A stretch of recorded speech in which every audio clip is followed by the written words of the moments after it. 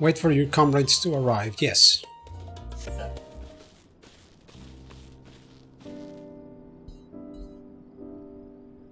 Sorry to have kept you all waiting. Not at all. We understand you have been quite busy. Will Uri and Jaya be joining us? No. Duty keeps him away, I'm afraid. Though Sagasite can explain why better than I.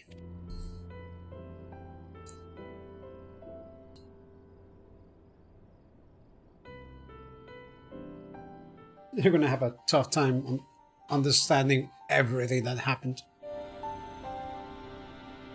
The final days, as befell Amarat. And we are to escape via the moon? What of the source and its reflections? I have no intention of standing by while the world falls to ruin. So how do we stop this? Unfortunately, we have no answers at present. If the celestial currents have grown stagnant, as was the case in the time of Amarat, the solution would be to alter the flow of ether throughout the entirety of the star. The ancients accomplished this by summoning Zodiac, sacrificing half the star's population in the doing. But it should go without saying that such a sacrifice must not and cannot be repeated. Which leaves us with the daunting task of identifying the underlying catalyst for the final days, a feat which even the Amaratines could not accomplish. Exactly why? Why are the final days happening? Unfortunately, we found no clues in Mare Lamentorum. There is still much we do not know about the catastrophe itself, let alone what may have caused it. The final days were marked by the corruption of the Amaratines' creation magics, but we command no such power, which invites the question, what havoc is in store for us? If we knew that much, perhaps we could draw some parallel with the events of the past, and thereby form some semblance of a plan. Perhaps we should start with the forum then. Having worked with the Laporids in secret all this time, there is surely more they can tell us. Forgive the interruption, but I have urgent news. The forum is holding a public assembly in the plaza outside, some sort of announcement. What is Father up to now? There's only one way to find out.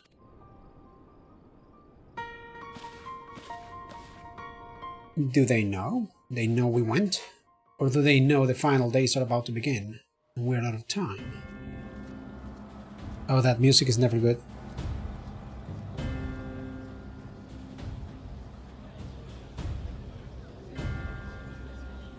Oh boy.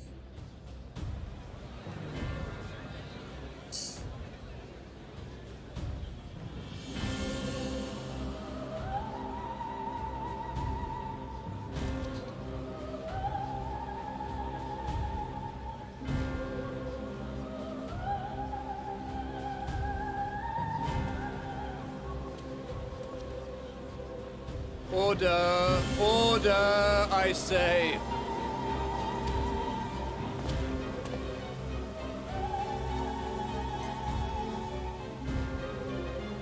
I thank you all for gathering here on such short notice.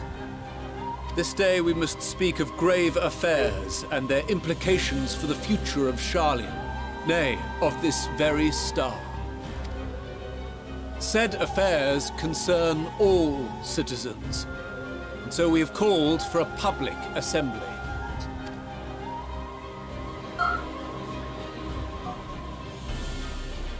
You may have heard rumors of the Talopheroi and the havoc these madmen wreak abroad. Under normal circumstances, we would pay little heed to petty disturbances outside our borders. The final days, however, are another matter altogether. For we dare not ignore these prophetic words of Eld. The End-bearers will come, ushering chaos and calamity. The final days descend and devour the very star. I've never heard this prophecy. Is it true?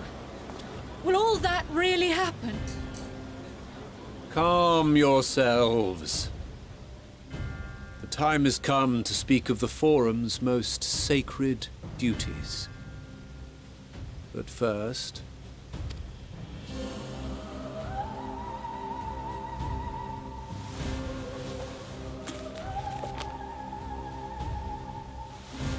Give voice to the voiceless. Let bindings be unbound. By unanimous decree, I declare the enchantment broken. Oh, so now they can speak.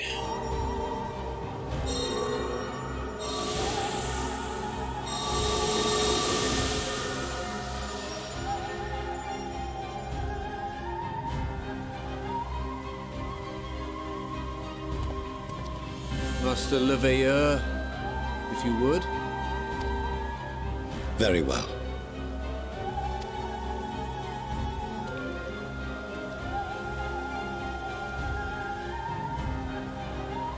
"270 years ago, our forebears began an expedition in the Dravanian hinterlands, in search of a route to access the ethereal sea. This much is public knowledge. Their findings, however, would become the Forum's most closely guarded secret. What those researchers discovered in the hinterlands was not a passage unto the ethereal sea, but the very heart of our star, and Hydaelyn herself.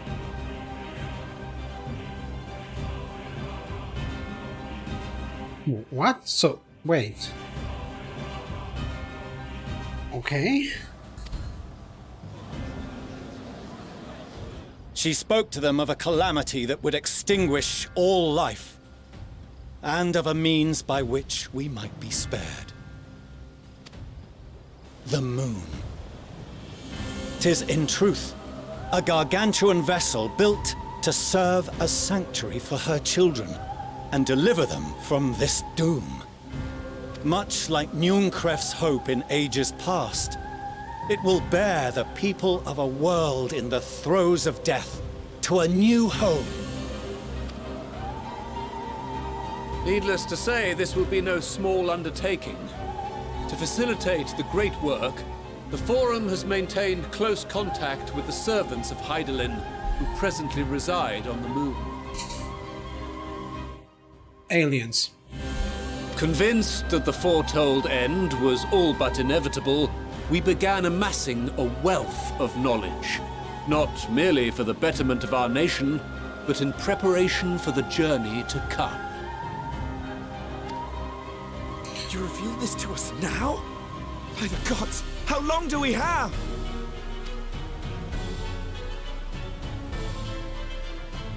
While we cannot say with certainty, we believe the hour to be nigh. We received a transmission from the moon suggesting as much not long ago. Which is why we must in earnest begin preparations for the great exodus. For his impressive contributions and the leadership he demonstrated during our withdrawal from Dravania, we have elected Master Le Veilleur to oversee this initiative.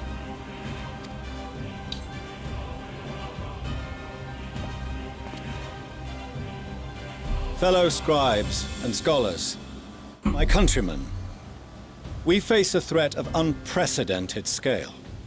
We must challenge the trials before us with composure and conviction if we are to find salvation. The wisdom of Sharlayan has ever been a shining beacon in the darkness, and so it shall continue to be. It is our solemn charge to see our heritage preserved for future generations. For those who will come after, we will brave a new frontier.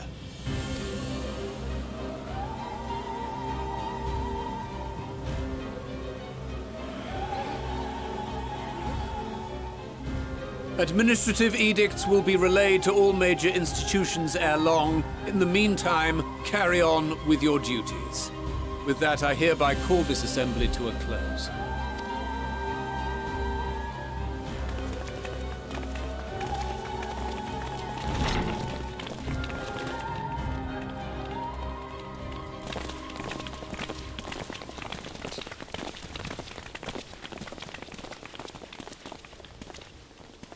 remember what Mother told us when we visited home. That it wasn't until after we were born that Father seemed to lose himself in his work. If that great work of his was the evacuation of this star, then... Yes. It wasn't for his benefit.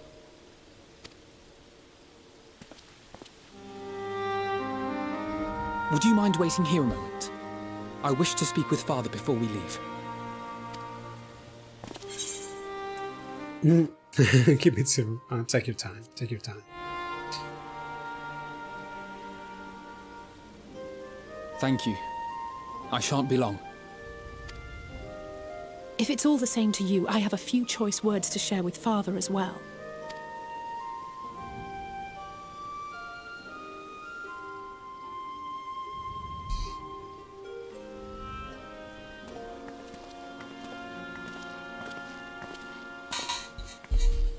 So, come to call us cowards and bid us join your fruitless battle against the inevitable. Nay, we do not object to the Forum's proposal. On the contrary, those who wish to flee have every right to do so.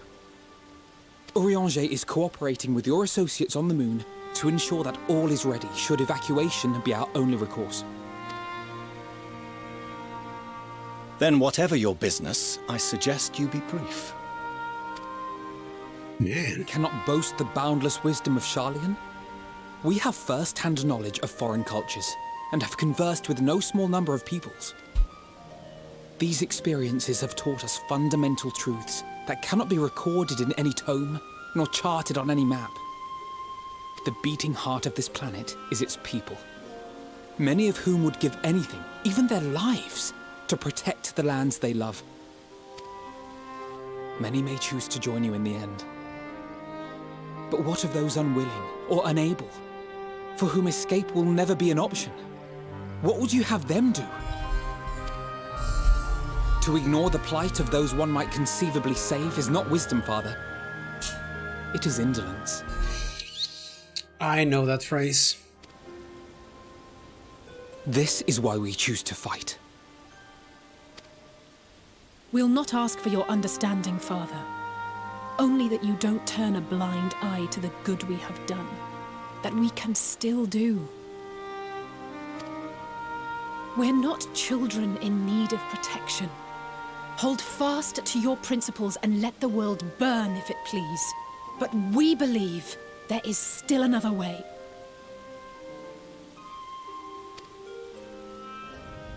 And if there is, we will find it. You see if we don't.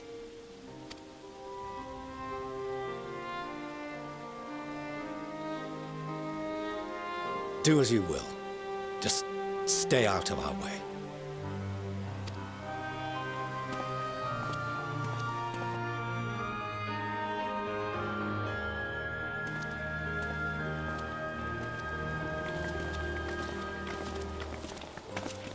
Were he not so consumed with self-righteousness, he might tell you how proud he is of you both. Bold words call for bold action. And there'll be no turning to your father should plans go awry. As if I ever would. So long as there are those who wish to stay and fight for this star, we have to do what we can to help them.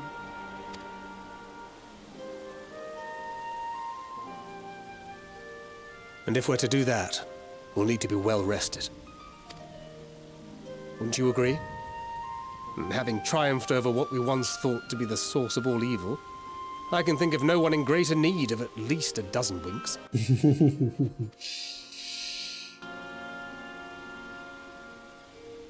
Shall we then? To the Annex, to prepare for tomorrow.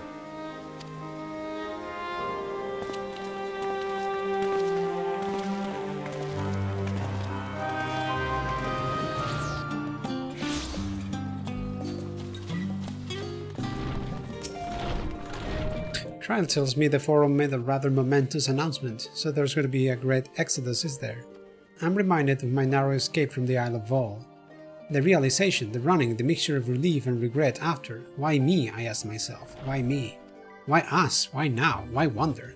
There is no use fretting over the cosmic morality or lack thereof. We are here and we'll get through this together. And who knows? Maybe my luck will rub off and grant everyone a narrow escape. There's no harm in praying for as much. Okay, but enough of my rambling. I'm sure you're exhausted. Your chamber waits.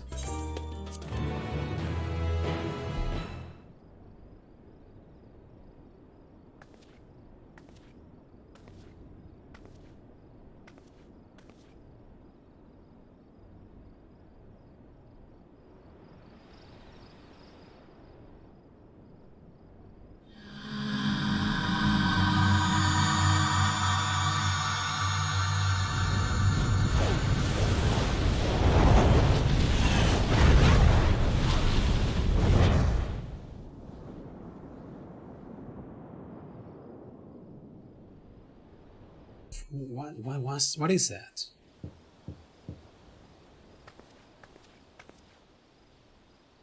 A visitor has come knocking at your door. Whoever could it be? Off you now?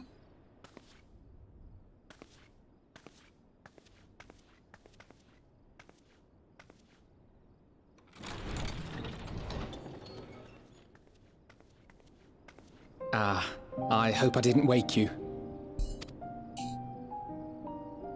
Don't tell me. I pray you will forgive the unannounced visit, but I wish to speak with you before retiring for the night. I hope it doesn't change depending on who you choose, because that means there's a lot of options. And you can only choose one.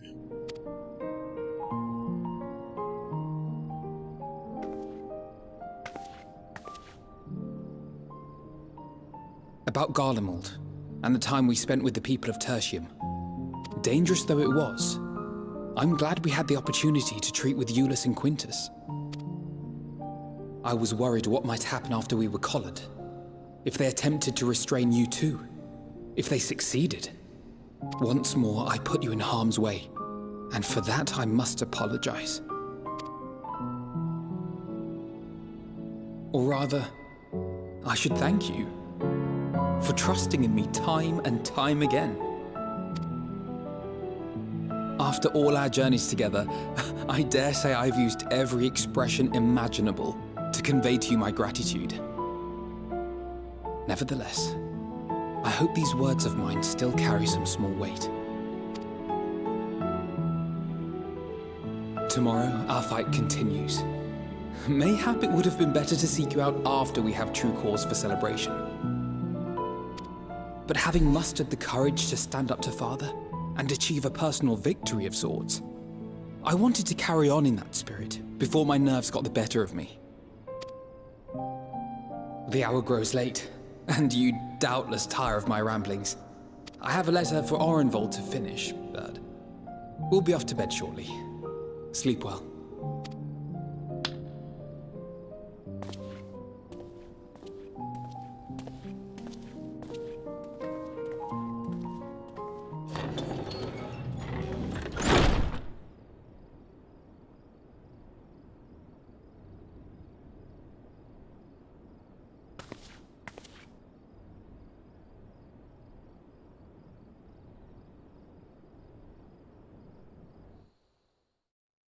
A short while earlier, in the Alamigan Quarter. Earlier?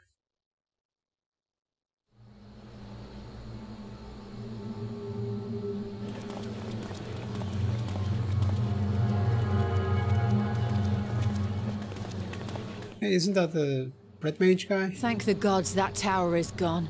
The sight of it was enough to make me sick.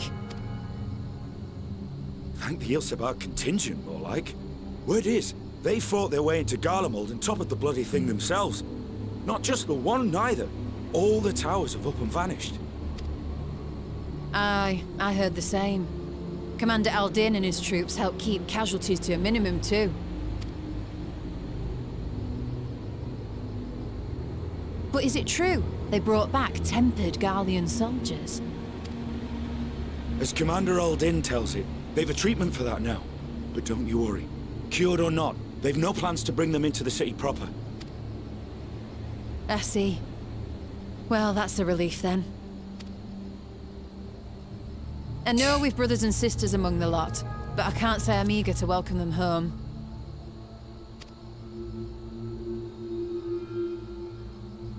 Wanted to think about it for a while yet, but to be looked after in Alagana for the time being.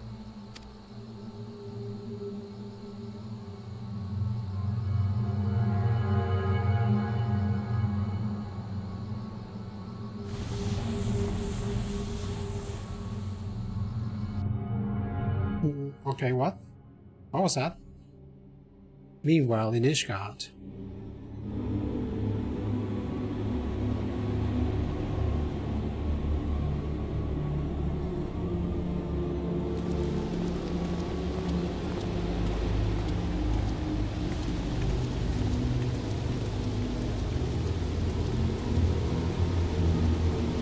Hey, and that's the Dark Knight guy, and the quest, and the little girl for it. Day, another commission of paramount importance. Well, what have we here?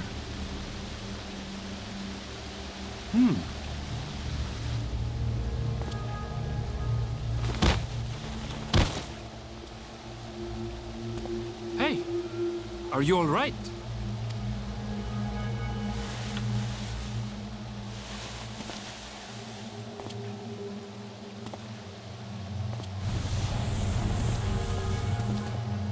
Was that? No. The shadows play tricks, nothing more.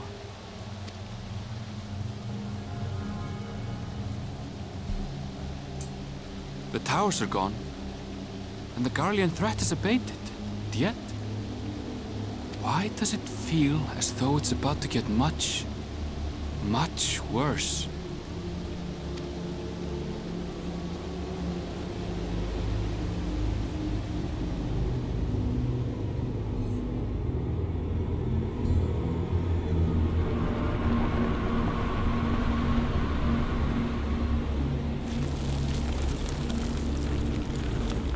Thavnair.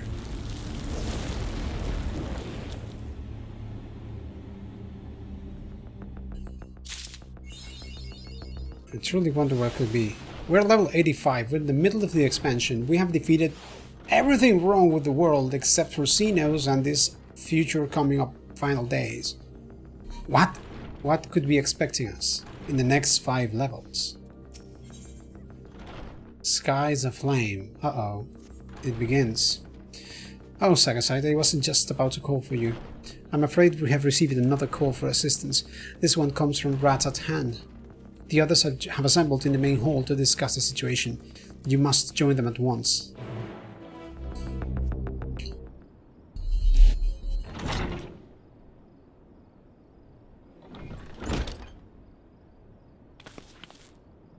Ah, there you are.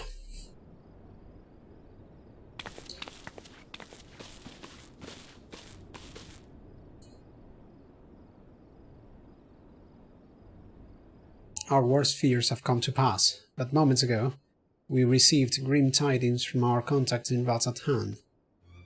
Vile beasts have appeared as if out of nowhere, claiming one victim after the next.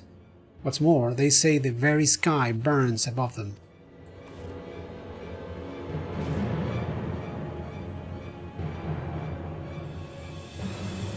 Good gods, are the final days already upon us? It would appear so. Sadly, this is all the information we have at present.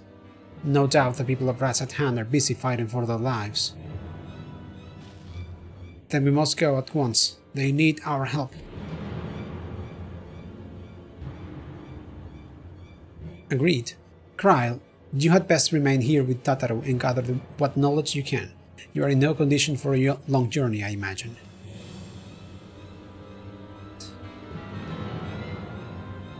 Very well. Similar phenomena may have been observed elsewhere, and if so, we must know about it at once.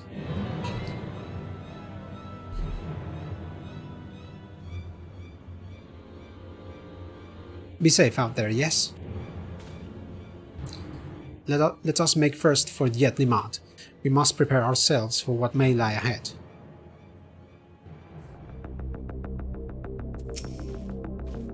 I'm glad for Kryle's support. I'll also call upon Hoary Boulder and the others to assist us.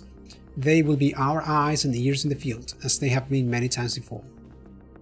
No similar creatures have been sighted here in Sharlayan. That said, the early signs may manifest in other regions ere long.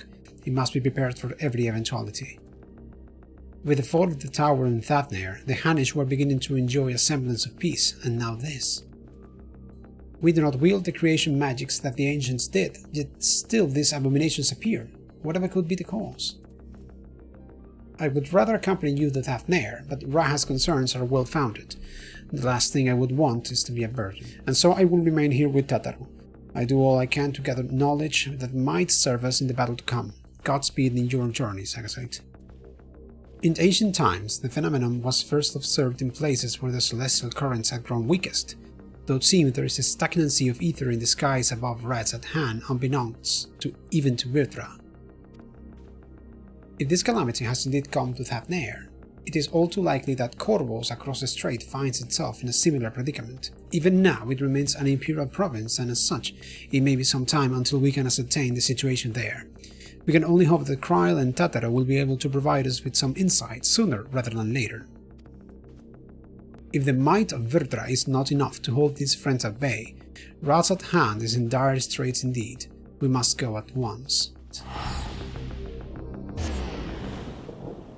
And lo, vile beasts did rise.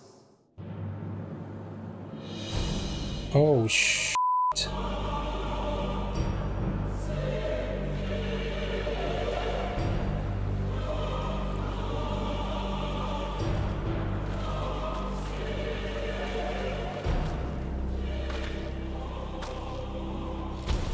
Leaving naught in their wake but blood and ash. Sun scorches earth and boils seas. And our sins ascend unto the heavens. Three dooms to unmake all we were.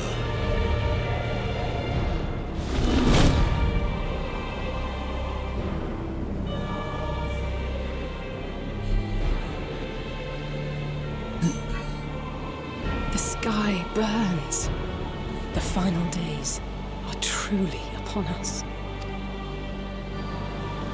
My friends, I trust you have heard the news. We have. What can you tell us of the situation, Your Excellency?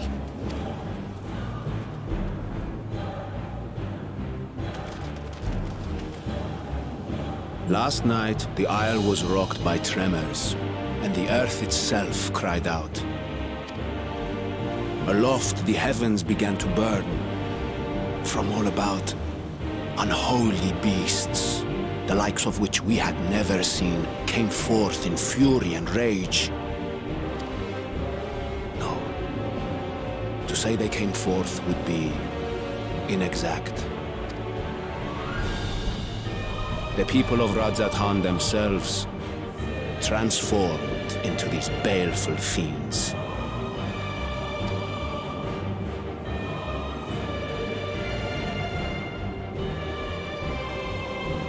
Though the phenomenon was observed throughout our lands, the first creature, the largest and most dreadful of the lot, wrought havoc upon us here in our fair city.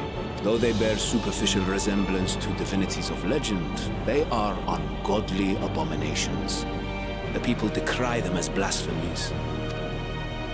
The Large One's rampage has since taken it to the northern reaches of the island. I mean to dispatch our radiant host in an attempt to quell the threat. And what of Vrtra? Vrtra too makes for the north of his own accord, and yet he knows the blasphemy and its minions were but yesterday his beloved people. I pray his boundless compassion and mercy does not deter him from taking unenviable but necessary action.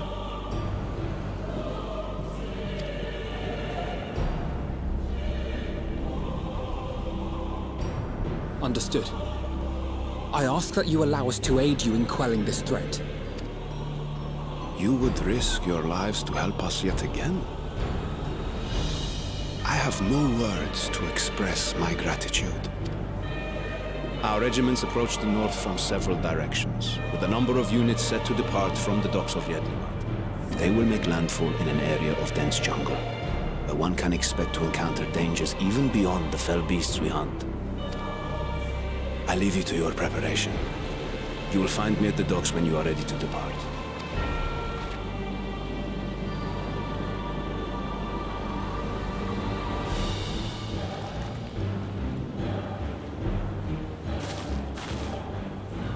We're as prepared as we'll ever be. Let's go.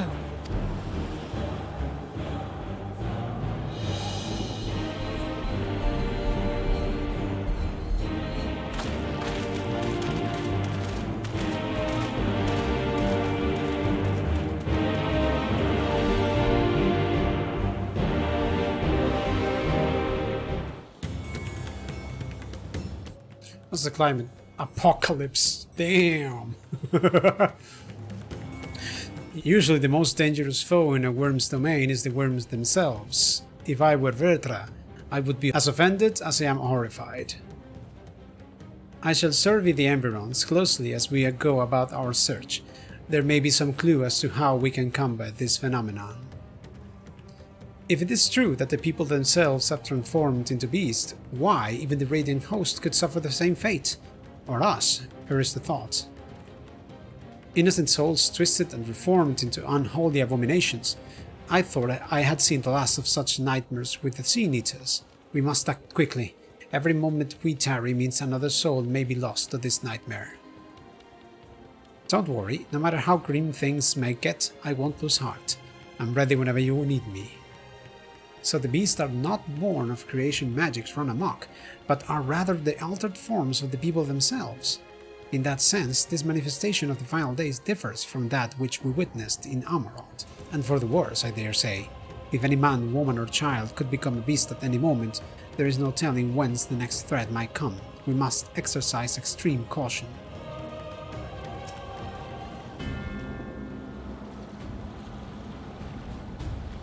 Everyone has assembled, yes? I thank you for lending us your aid in our battle against the blasphemy. Let us review our plan of attack. I would have you board this boat and circle around to the north side of the island. There you will find a dense jungle we called Vanaspati. It is a sacred wood, home to many temples and a number of villages. Vrtra and the Radiant Host have gone there ahead of us. I ask that you join them, and do all in your power to destroy this blasphemy.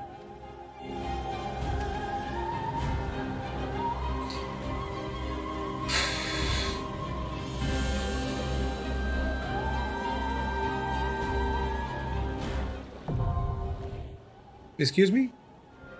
Oh, this is the Burning Wood dungeon.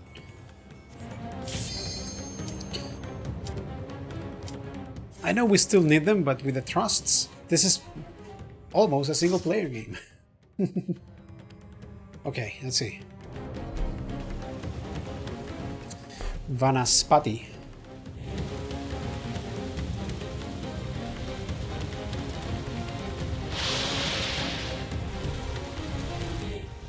Run, run, run, run!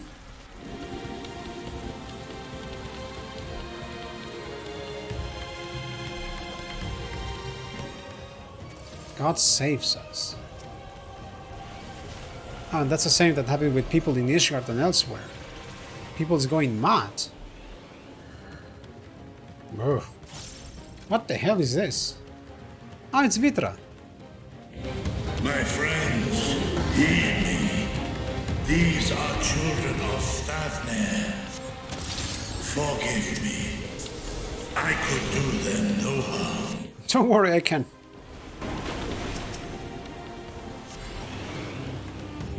If this is the only way, I shall silence the beasts of the air. Pray continue onward. What is this vile presence I sense? The horde draweth near. Be on your guard.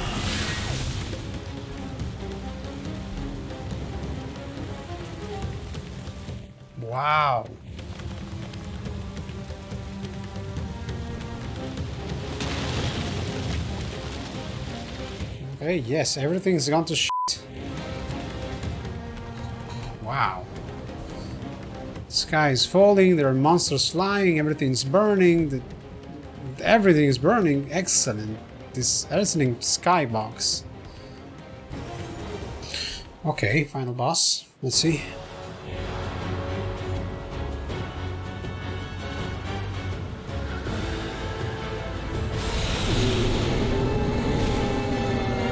Okay.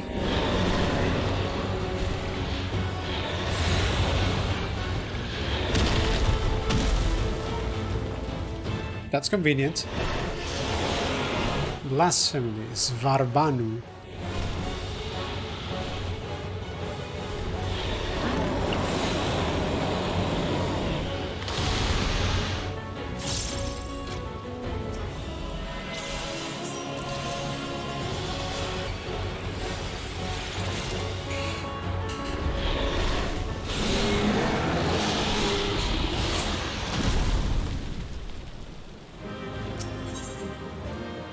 Leave duty, yes.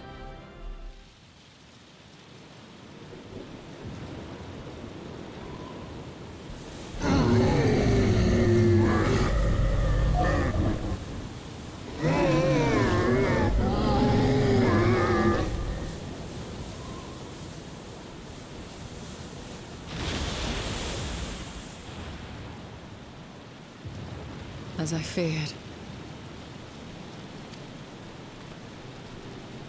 What is it? The beast was there, and now it is no more. Yes? Indeed. We saw it plain. But you didn't, did you? I saw nothing. Not the blasphemy that perished here, nor the other men turned beasts. And because of this, I now see all too well. There is no ether. Where the creatures should be, I saw naught but emptiness. Emptiness? But that would mean... Recall the words of the Watcher. 'Twas a stagnancy of ether, a cessation of flow, leading to decay and absence, that led the ancients to conclude their star was dying. This is the same phenomenon. The instant these people are seized by the transformation, their ether begins to rot and crumble away like dried mud. Until, from their corporeal forms to their very souls, naught remains. But the beast spoke with its dying breath. Surely at least a sliver of the man it was endured. Mayhap so. But even if the process was incomplete, it was more than a faint residue. Gods be good. You're saying they cannot be saved? Not by any means known to me. Or by any means at all, like as not.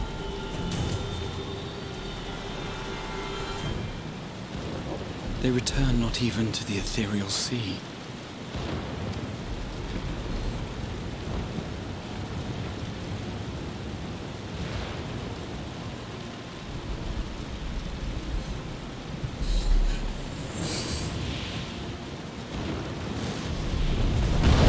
Vrtra.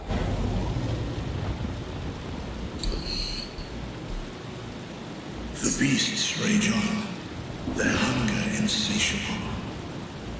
There are too many, there's just too many of them. Even deprived of their master, they perpetuate his legacy of hate.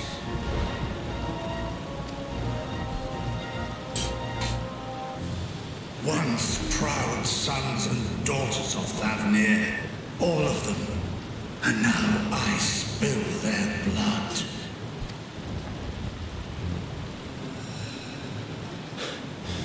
Vrtra, my friends, I am heartened to see you safe.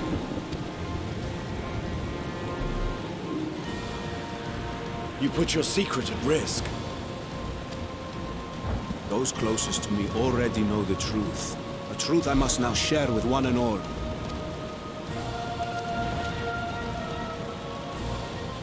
Vrtra, calamity has come to Radz-at-han. Our fair nation is rent by screams of pain and despair.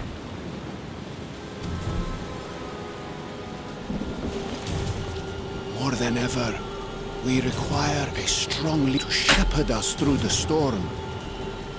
Reveal your true self to our people, Vrtra, and guide us to salvation. What madness is this, I-One? Thou dost forget thyself. Were we to reveal our duplicity, it would do naught but foster confusion and chaos. It's not like there's anything else going on at the moment, but confusion and chaos. Nay, I shall remain the satrap's loyal ally and do battle with the beasts. Easing hearts and leading the people to safety is thy task, and thine alone.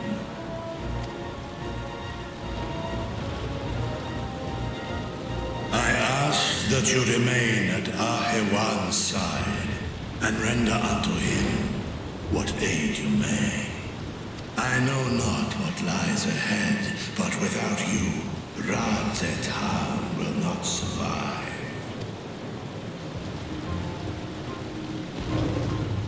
Take me with you. Aha!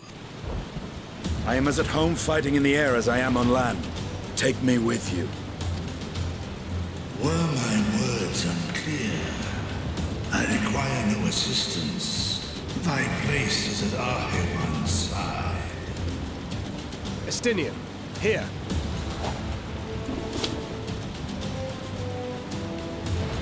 The last thing you ever wanted. We gain much from knowing your elevated perspective. And it'll keep you from getting lonely, which I know you love. You heard the man. Seems I'm coming with you after all.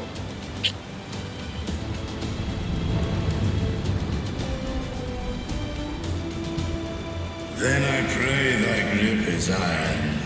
Be it on thy head if thou dost chance to fall.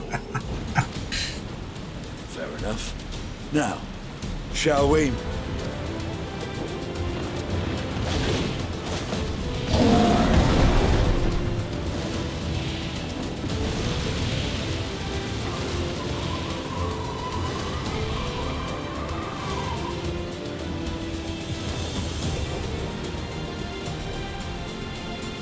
I fear it is as Vrtra says. We will not survive this on our own. While I am loath to impose upon you again, I would insist if you did not. and once more Accidentally clicked. self, without words to thank you properly. Let us return to the capital and plan our next course of action.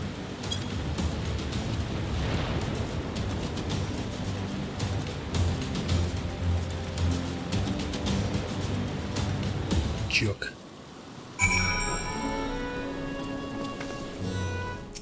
Grahatia. All life must end in death, yet death, in turn, gives birth to new life. Such is the flow of ether. To think that natural cycle could simply be cut off, the very thought makes me shudder. But why? How? What? After so long and so many sacrifices, we finally found a way to cure the tempered. These poor souls, they vanished without a trace. Is there truly no saving them? While the Estinian and Vrtra defend Radz-at-han from above, we on the ground must find a means to prevent these transformations, and soon. The stillness in the air puts me ill at ease. We must be wary. Worry not. I can see your ether and that of our companions. We have not suffered the fate of those unfortunate souls. Our radiant host has eliminated the immediate threat to the city, though it pains me to know those beasts were once my own people. There is no telling when or where the next transformation might occur. We must remain vigilant and steel ourselves for whatever is yet to come. Forgive me, my friends, but I must return to Megaduta for the time being. There I can better manage this crisis and dispatch my troops as the situation demands. In that case, we shall carry out an investigation of our own here in the city. Mayhap the residents can tell us more about the first of the transformations and the conditions under which it occurred. If we can ascertain what exactly triggered this tragic event, it may give us some insight as to a possible solution. Time is of the essence. Let us split into 3 groups that we may cover more ground. Alisei and I will see to Paxa's path. Thancred and Ishtola pray make for Dharma. I leave Atha to Graha and you, Sagasite. Any information you can gather on the first blasphemy or the manifestation of the final days here in the city would be most helpful. When we have completed our respective inquiries, let us reconvene in front of Megaduta, that we might share what we have learned with the satrap. Shall we be off then? Atha is home to the High Crucible of Alchemia, whose alchemists forge many of our warding scales. That seems as good a place as any to begin our investigation, don't you think? I spoke briefly with Nuhadin, the chief alchemist there, on our last visit. He should be happy to answer our queries. Okay.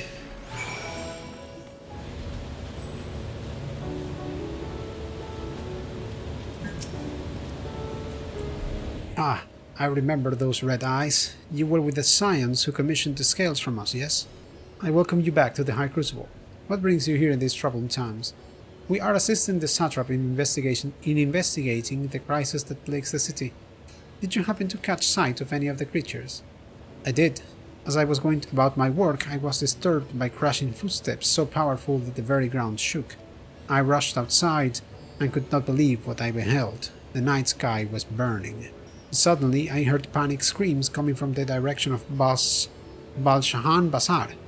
In the next instant, a monstrous beast poked its head from amidst the stalls. A handful of the Radiant rushed to the scene, only to be sent sprawling as the fiend and its minions propelled themselves skyward. So the blasphemy came from the vicinity of the markets. This knowledge may prove useful. I thank you for sharing your tale.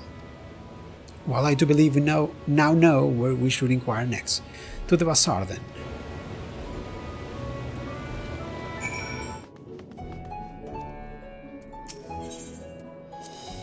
So this is Thavnair weave. I must say, it bears a resemblance to the traditional fabrics of Corvus. Small wonder, really, given that it's just across the water. Not that I am much of an expert in Corvosi culture, of course. I've not had the occasion to visit my ancestral home since coming to Sharlayan, and like as not, I will never reside there again. That said, in recent days I have felt more acutely aware of my heritage, and grateful for it. It is thanks to my forebears that I inherited the royal eye, and with it the wisdom of ancient Alak. And so, well, I simply hope that my countrymen are safe. And one day, when this calamity is but a memory, I would like to see Corvus again, if only once. Is something the matter, traveler? If you are lost, perhaps I could be of assistance. Your offer is most appreciated. We are not lost, but we are in need of information. Might you know anything about the gargantuan beast that rampaged through the bazaar? Aye, I saw it all, though I wish I had not. I was going about my work when all of a sudden a piercing scream cut through the air. I turned around and there was the fiend, its massive body bursting through that entryway with the force of a tidal wave, and then it was gone as quickly as it came. Sisters, have mercy. What is happening to the world? What am I to do? Is nowhere safe? Settle down, friend. The danger has passed, at least for now. If it's not too painful to remember, could you tell us what you saw? First I heard screams, then a horde of ravening beasts came charging towards us. One of them was huge, bigger than a Merit, throwing people about like ragdolls, and it was eating them. I hid under the counter, saw others do the same, but the shrieking and wailing kept getting louder. More voices in the throng. Beasts of victims, I couldn't tell. I knew not what was happening. I still don't. That is enough, my good man. You were brave to share with us your tale. Many of your fellow merchants are safe. The High Crucible, too, has survived, mostly unscathed. Pray stay close to your friends and loved ones, and rest your body and mind while you're able. I suspect this is the most we can expect the people here to tell us. I think best we find a place outside the bazaar, where we might rest and review our findings. Judging by their accounts, the transformation had already occurred by the time the beast reached the bazaar. It tore through the west side of the bazaar and headed towards the Aetherid Plaza. In other words, the blasphemy may have first appeared in its vicinity. That being the case, the people in that Mayhain can surely tell us more.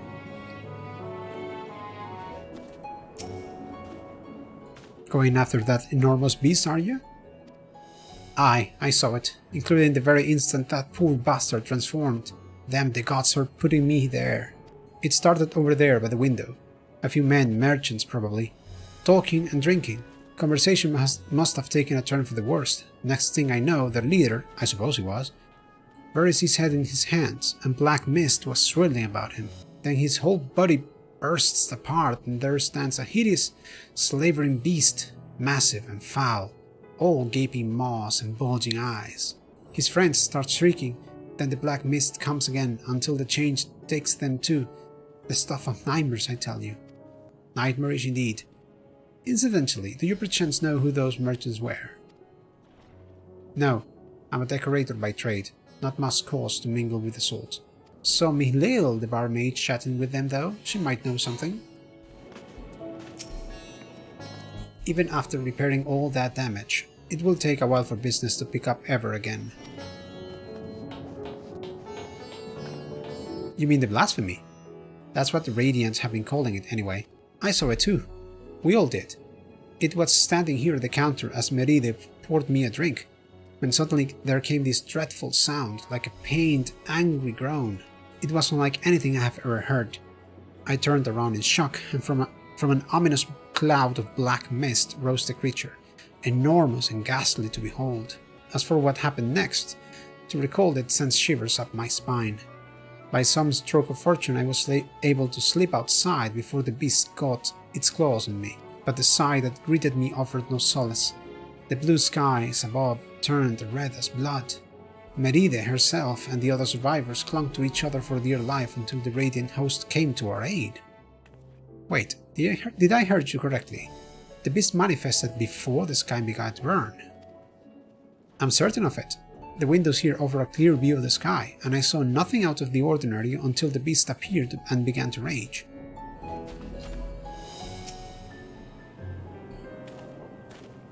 Oh, hello there. Welcome to Meride's Mayhain. What can we get you? We have come not for libations, but rather for information. You are Mihlail, yes? We are investigating the so-called blasphemy on the satrap's behalf. We hear that it was one of your customers, a merchant, that first underwent the transformation. What can you tell us about him? He was something of a regular here, especially of late. Khalsal was his name. He ran his own consortium, dealing... Khalsal!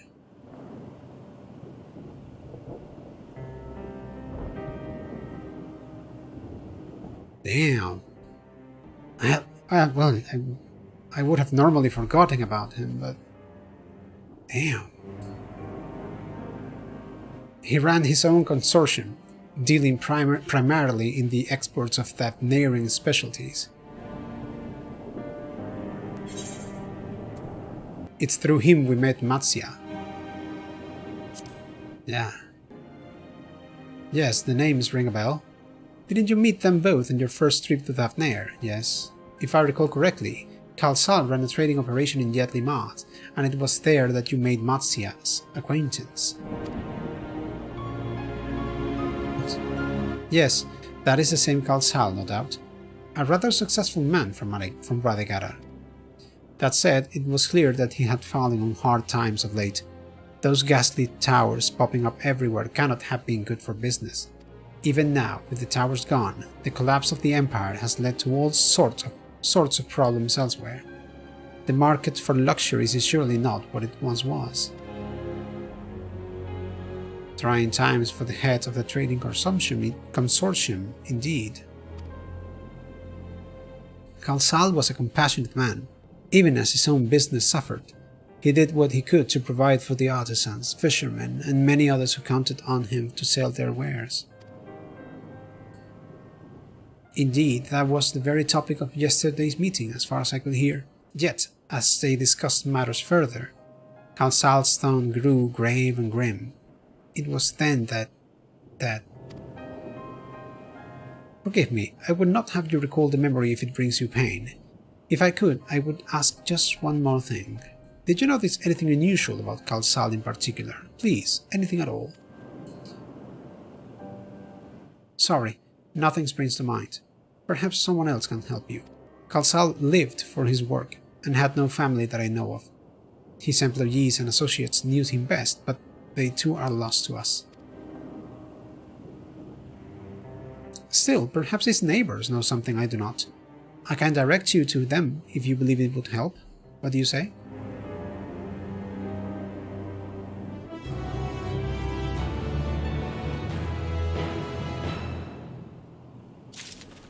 But it would seem that before transformation, people seem to be...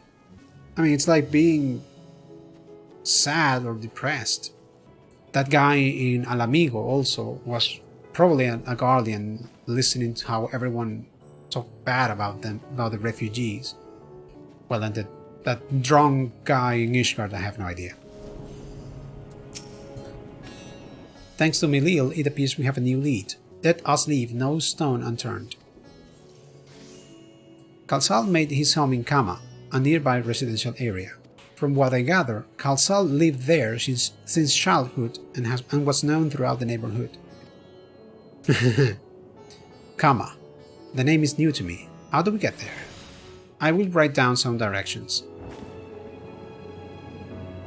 I cannot promise that you will find what you seek there, but if nothing else, it is a start. Come, let's see where this lead takes us. Mati. Khalsal, you say? Yes, I know him since he was a boy. If there was ever a man who was born to be a merchant, it was him. Always early to depart and late to return, he would spend his days procuring the finest wares and seeking out willing customers. You could say it came to him as easily as breathing. Sadly, business was flagging of late. No surprise, really, with how dangerous travel has become.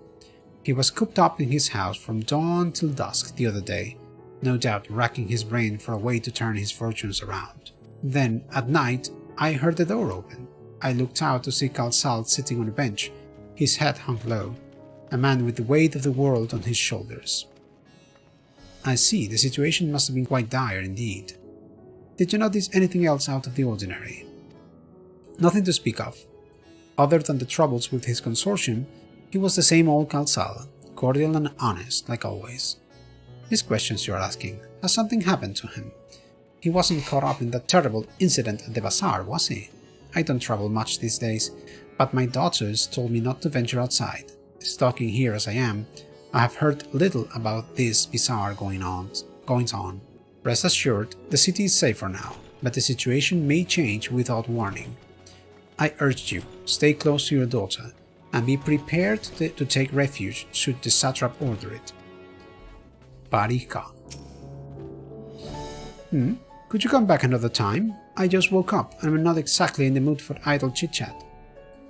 Well, that's one way to avoid the panic, I suppose. Pardon our intrusion. You may not have noticed, but a great danger has come to Thavnair. I encourage you to stay alert and prepare to flee the city should the situation turn dire.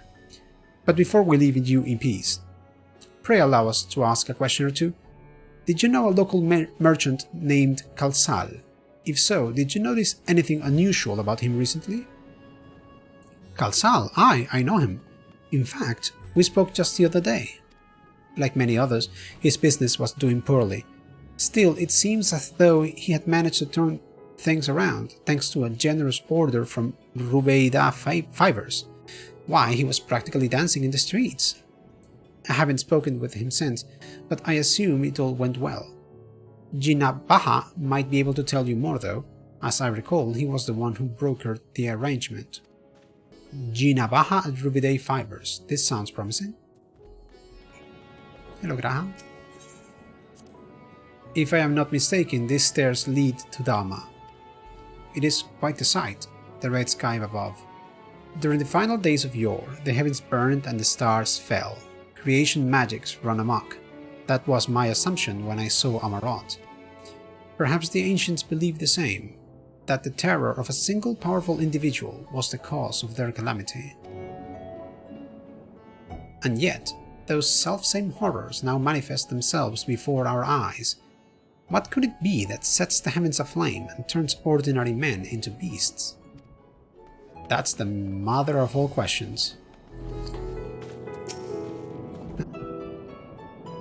And hurry, I say, there is no time to waste.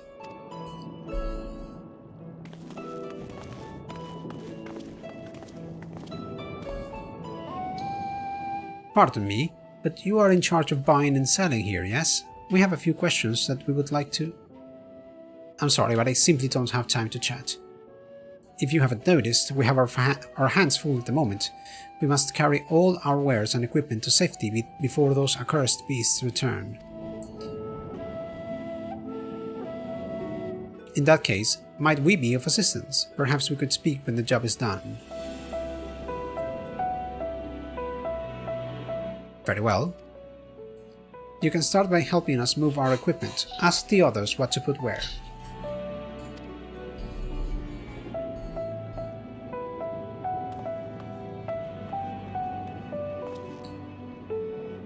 And you can carry our fabrics.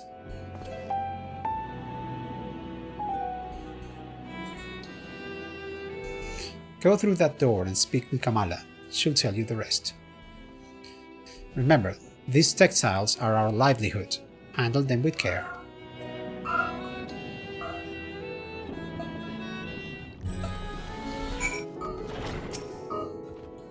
This area is for employees only. Out! Out!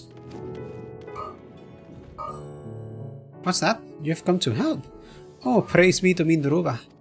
Kind stranger, I welcome your assistance. On your way here, you passed 3 storehouses, yes? I would like you to carry that small crate to Nabrif Hall by the storehouse near the hatchery. The crate of clothing is for Manuha, and that massive crate there goes to Maida by the middle storehouse. Watch your back with that one. Those are all the crates we have ready. Once they have been delivered, consider your work here complete.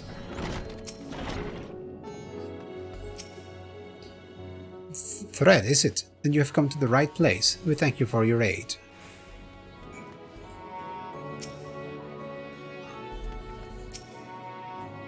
If you have any crates or finished products such as carpets, clothing, and the like, pray bring them here to our primary storehouse.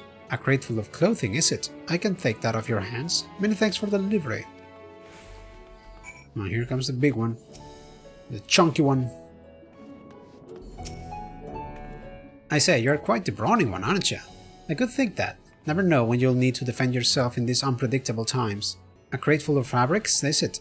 Exactly what I was hoping to receive. Here, let me put that away for you. You have carried all the crates to the storehouse, as you say, and so quickly too. Why, I have never seen anyone so strong. I and my associates will see to the rest, so please return to Jinabaha and assure him our work is proceeding apace. To tell the truth, we are grateful for this distraction. Too many terrible happenings of late, but generous souls like yourself give me hope that we may emerge from this trial even stronger. I pray we meet again in more peaceful times. Done as I ask, have you? If Kamala is satisfied with your work, then so am I. You have done us a great favor, traveler. I too have delivered the instruments and apparatus entrusted to me. You both have my thanks. With our wares safely stored away, we'll not lose any more of those fiends. I take it that your establishment did not escape the attack unscathed? We did not. Thankfully, most of our workers had already left for the day, but those of us still here saw it all. We looked to the burning skies in confusion, and then, before we could even begin to make sense of it, a hideous creature burst through the doors, shrieking. We ran for our lives, but one of my colleagues was not so fortunate. He cried out, a scream of such agony, such terror, and in the next instant he, too, sprouted fearsome claws. The sight of it caused another fellow to panic, and then he too transformed.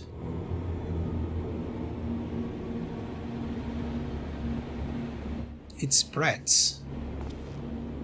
I'm sorry, there was something you wanted to ask. Indeed, you knew the merchant Kalsal, did you not? I believe he had some dealings with your establishment. Kalsal, I know him well. We had arranged for his consortium to deliver a large shipment of fabrics, but in the end we received a better offer and had to turn him down. Oh. I understand his business is struggling, but so is ours. Another of our most reliable trading partners agreed to transport the goods for a much smaller commission, and we would have been fools to refuse. I felt terrible for withdrawing the offer, but you must understand, we simply had no choice. He tried to put on a brave face when I delivered the news, but his dejection and despair were plain as day. He said he would discuss it with his associates, but I could tell he had all but given up hope. Dejection and despair. You remember what we saw in Vanaspati, yes? Soldiers and jungle dwellers pushed to the very brink, turning into beasts one after the next. It would seem the same phenomenon occurred here. The poor craftsmen attacked by the fiends, as well as those that witnessed it, all undergoing the change. I suspect that everything began with Qerasaf. By all accounts, it was he who suffered from the most profound and piercing despair. Wait, could that be it? That such intense emotions were what triggered his transformation? Much remains unclear, but I believe we are drawing closer to an answer. At any rate, we must discuss our finding with the others.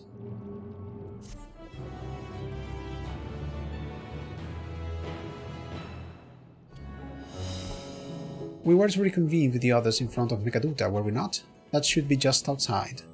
With any luck, they will have already returned from their own investigations. My friend, we must take our leave. I pray that your establishment is spared further tragedy. But remember, your lives are far more precious than any wares. If you are ordered to flee, do so without hesitation. Indeed, I thank you for your concern. I pray you too care as well. Finish your rounds and ready to share?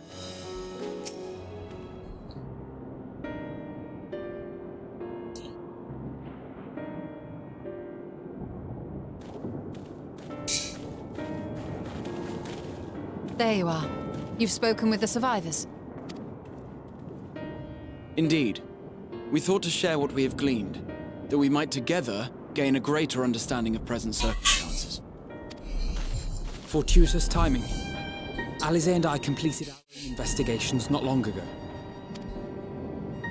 Then we should take a moment to compare notes. Shall we begin with the two of you?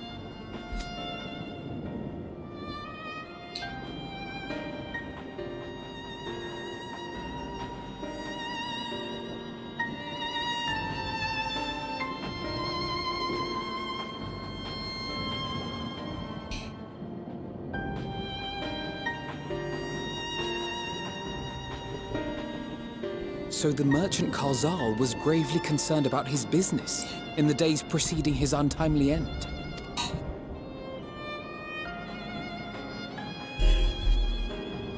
The tales we heard were much the same. The first victims to be changed into blasphemies were all overcome with anguish of one manner or another. Then those who saw their loved ones stolen before their eyes succumbed to a similar panic, setting in motion a chain of transformations.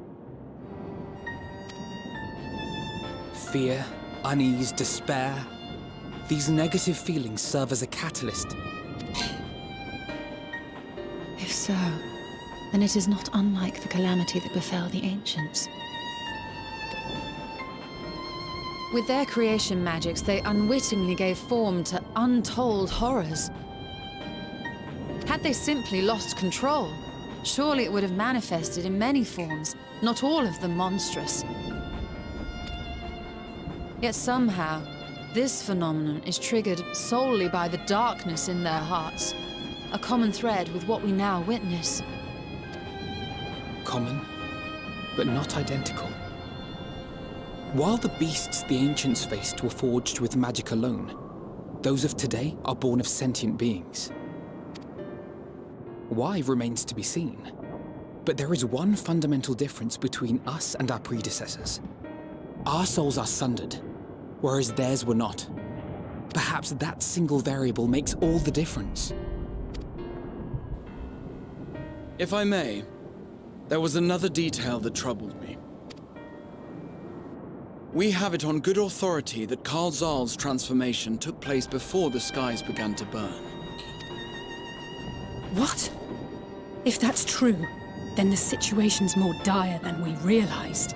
It means even if there's no ominous sign presaging the final days, anyone, anywhere, has the potential to become a beast. Even in lands we thought safe, even as we speak.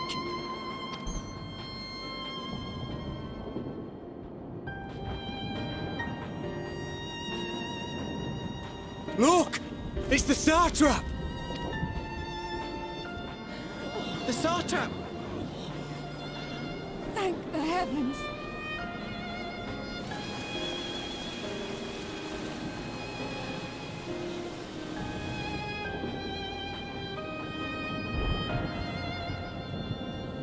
My countrymen, I am relieved and heartened to see you strong and safe. While the danger has not yet passed, far from it, allow me to assure you that the beasts that raged within the city walls have been exterminated to the last. Outside this sanctuary, the brave men and women of the Radiant Host and our dragon ally continue to battle our unholy foes. I pray these tidings put your minds at ease and help you calm your hearts. Have faith that we shall soon conquer this terrible trial. Your Excellency, is there any word from Palaka's stand? My grandson was bound for there yesterday and I worry for his life. We are still awaiting a report, but I promise you, as soon as I have aught to share... Your Excellency, I bring grave news. Oh no. You are? I'm Matsya of Akyali, a humble fisherman. Matsya. Ah, I remember you from our first visit. Wait, you're... But no, that can wait. When the skies turned red, I set off for Palaka's stand, fearing for the safety of a friend. Uh-oh. But as I drew near the village, I saw dreadful beasts all about. No, la vieja. God have mercy! Your Excellency! Save my grandson, I beg of you! We will spare no effort to save all we can, but you must remain calm. Calm? You tell me to be calm? You saw those beasts? They tore our bravest warriors limb from limb! What if we are too late, huh? They catch him, stick their fangs into him? The fangs! Oh! Get away from her, now!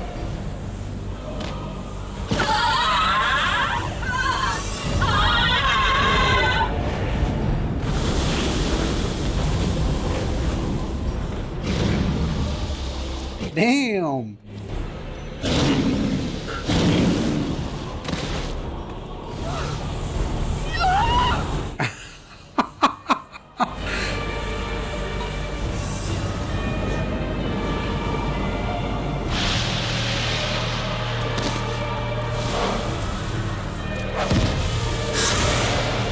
How do you stop this? Damn it! We've got to kill them before it spreads!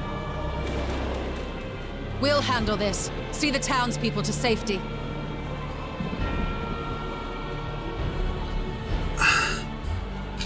Run! As fast as you can!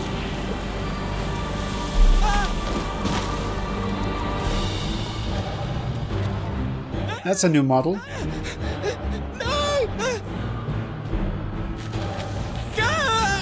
Uh-oh. No.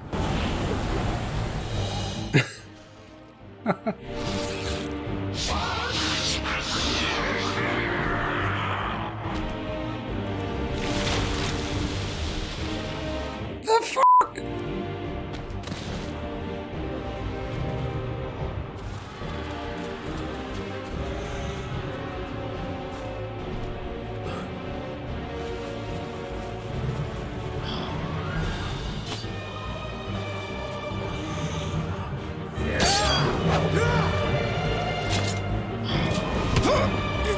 no!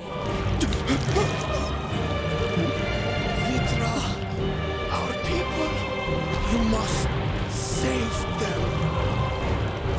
No, I'm gonna déjalo. Stop him.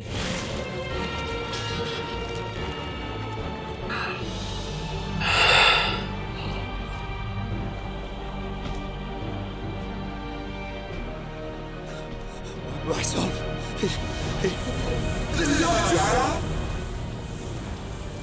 Enough! You must run. For their sake and your own.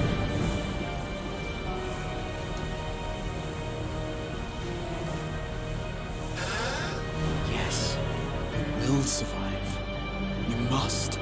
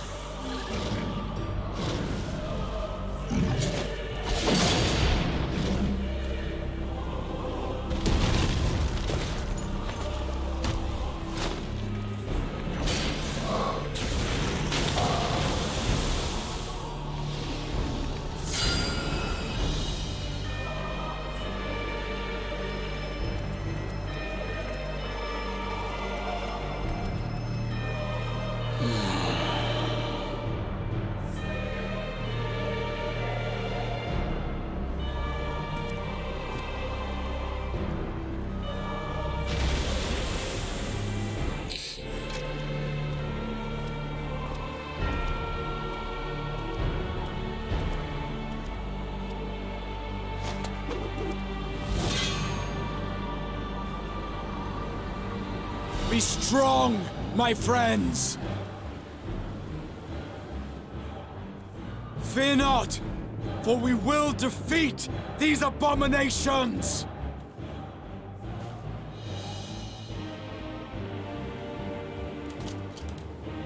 Brave men and women of the Radiant Host, lend your Stola and Thancred your aid! Let not a single beast escape!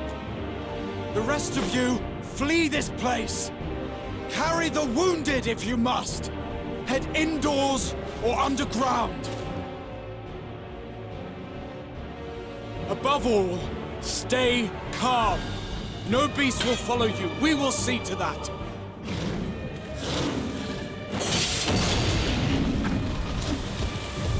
Alphino! Alize! Leave the city to us, and make for Palaka's stand at once! Matsya, show my friends to the village! I promise you, they're more capable than the host's finest! Right! Go with them, will you? We will save these people. As many as we can.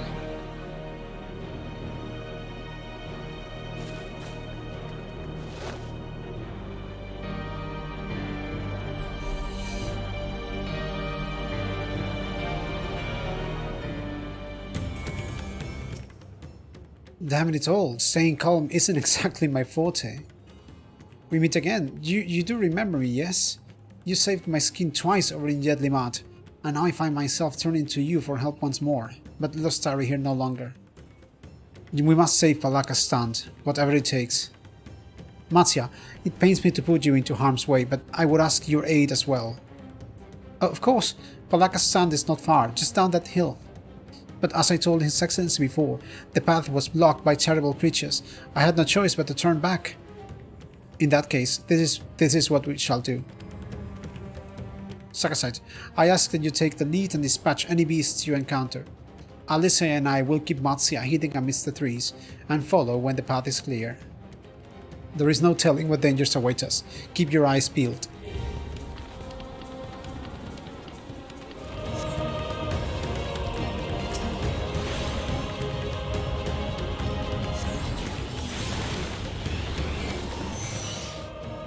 Palaka stand. What has happened to them? Good work, Sakasite, though I worry for Matsya.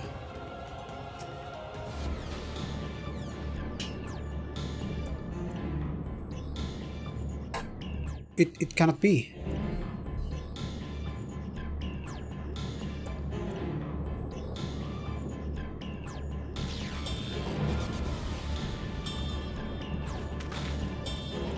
We must heal those we can, and quickly. I see no beasts, but stay on your guard.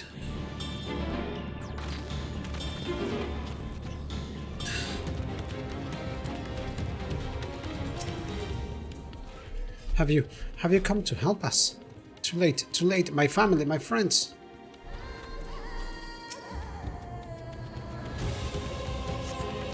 Though the villager's injuries do not appear to be life-threatening, he does not respond to your efforts. His breathing grows more ragged and shallow, and his vacant eyes are those of a man who has lost the will to live. Even if I wake, the nightmare goes on. No, leave me to sleep. You call out, but the man does not respond. Ah, too. The cooling body has already begun to stiffen. The massive wounds suggest the villager was gored by a terrible beast. The villager has no pulse, nor do they appear to be breathing. Are these the only villagers who survived? I can only hope the others managed to flee, but if the rest have been turned to beasts, by the 12! Let us do what we can to see that the damage spreads no further, and no matter what comes, we must keep our spirits high, lest we ourselves suffer a similar fate. I can tend to the rest. Pray look after Matsya. No doubt what we have seen here weighs even heavier on his heart than ours.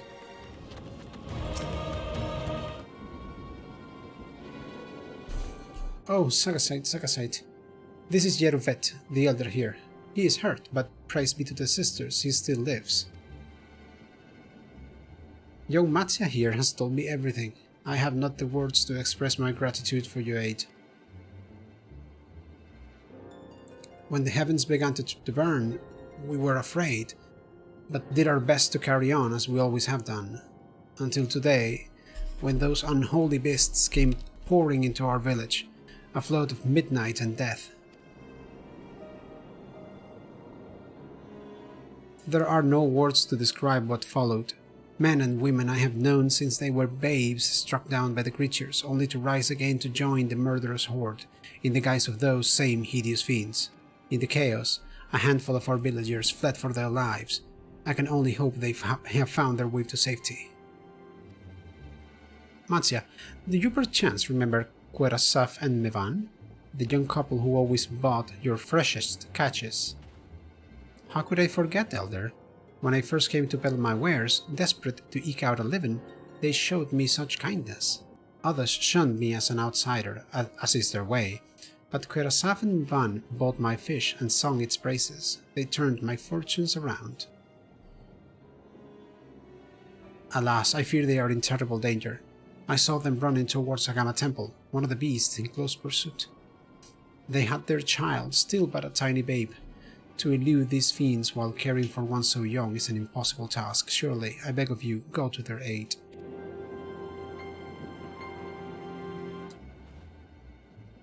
I want to help them, yet I am but a fisherman. I cannot face beasts on my own. Will you come with me? Oh, thank you. Agama Temple lies to the west of here. We must hurry.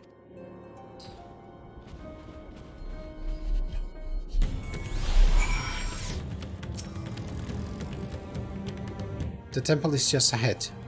It was built by those who worship Saint Agama, but has sadly fallen into disrepair in recent years. If my friends made it this far, no doubt they are hiding somewhere amidst the ruins. No, please, stand by! That was Qerasaf. Oh no, this is not good. I'll take a look. But please do. The cry came from the ruins. You must hurry.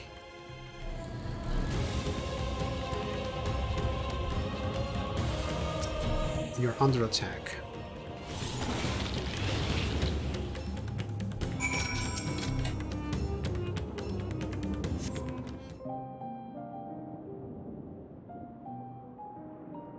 The man lies motionless on the ground, bearing a grievous wound.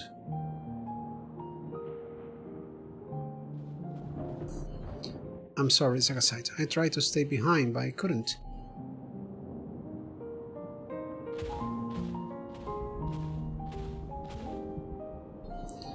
No, it cannot be. Is someone, anyone?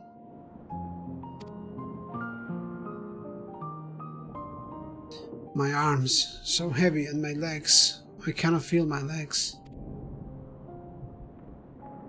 My wife fled with our daughter. I need to find them. Need to be with them. I need... Uh-oh. Qerasaf! No, Qerasaf, you must stay strong. More time. I thought I had. I don't want to die.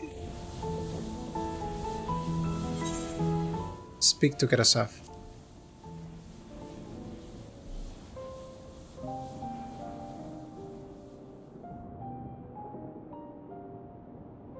Thank you. Please, find them.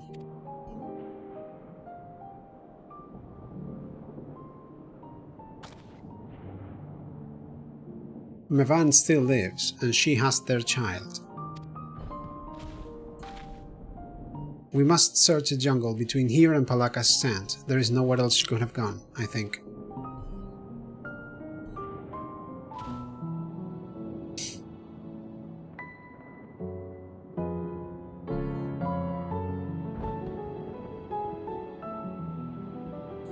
Forgive me, Qerasaf. Once we have saved your wife and child, we will return and lay you to rest.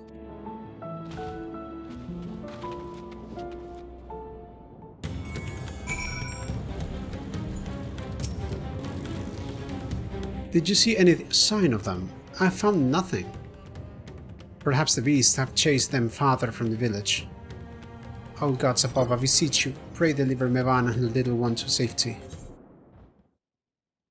Meanwhile, in the skies above Thavnair. Justinian.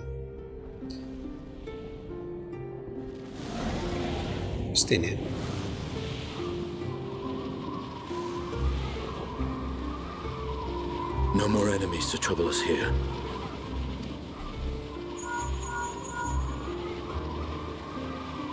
It's me.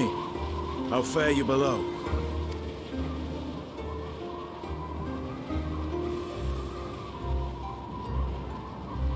Understood.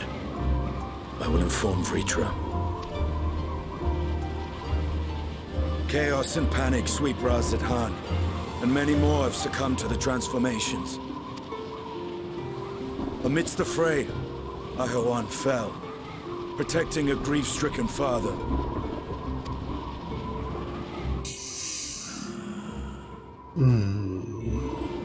My friends fight alongside your radiant host to secure the capital. Beasts have been sighted in Palaka's stand as well. We have divided our forces in hopes of quelling the threat there. Of small solace is that we now know what triggers the transformation. As my companions tell it,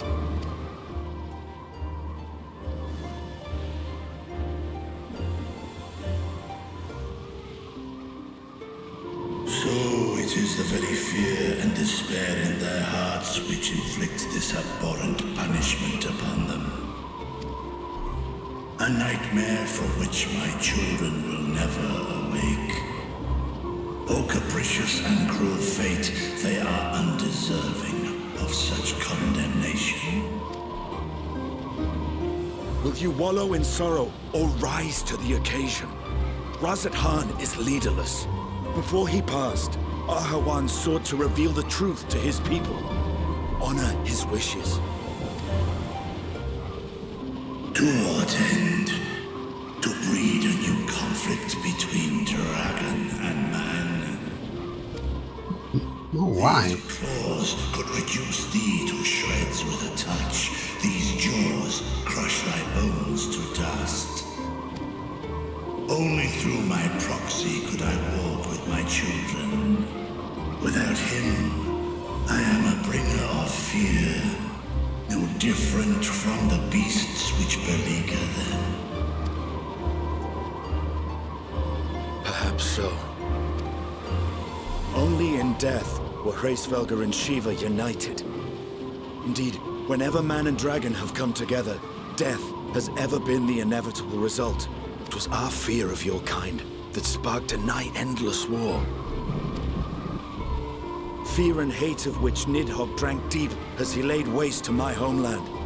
And in turn, I took my revenge on his brood. Blood for blood, pain for pain. I thought nothing of theirs, only of mine. And yet, were the chasm between us too vast and too deep, Hraesvelgr would not have borne Isael to battle and our rescue. He would never have entrusted a mortal champion with one of his eyes. And the Dragonsong War would still rage on. And I would still wage a never-ending war of violence and vengeance. The future of our star be damned. I cannot speak for Ahuan's greater goals. Yet I know that he served you, served your people, long and true. In this time of unprecedented crisis, he turned to you. You could do worse than to place your trust in him. It will not be easy, but the future of Radz-at-han hangs in the balance.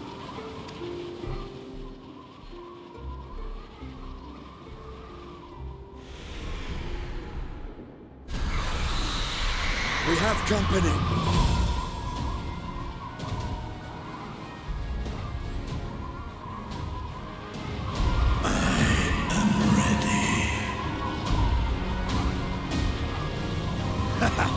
The hour has come, Vrtra! It's all or nothing!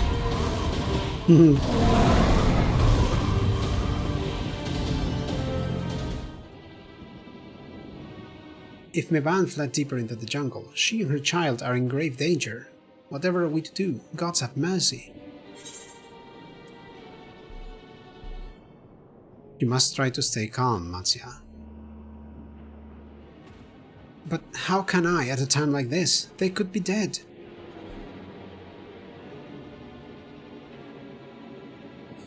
So, if I allow myself to be overcome by this fear, I too might become a beast? I am not sure I understand, but I will do my best. I have seen to the wounded. How did the two of you fare? Did you find your friends?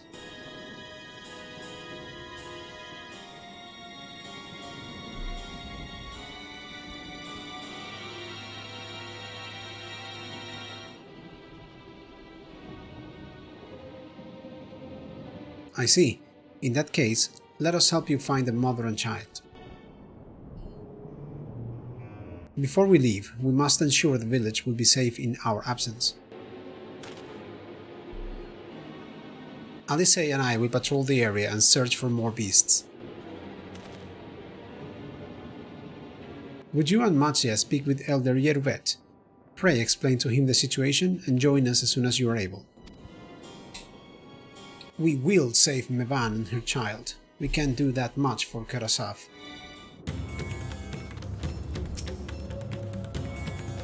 It will not be easy, but I will tell the elder about Qerasaf. I am heartened to see you both safe, but what of the family? We found Qerasaf, but he...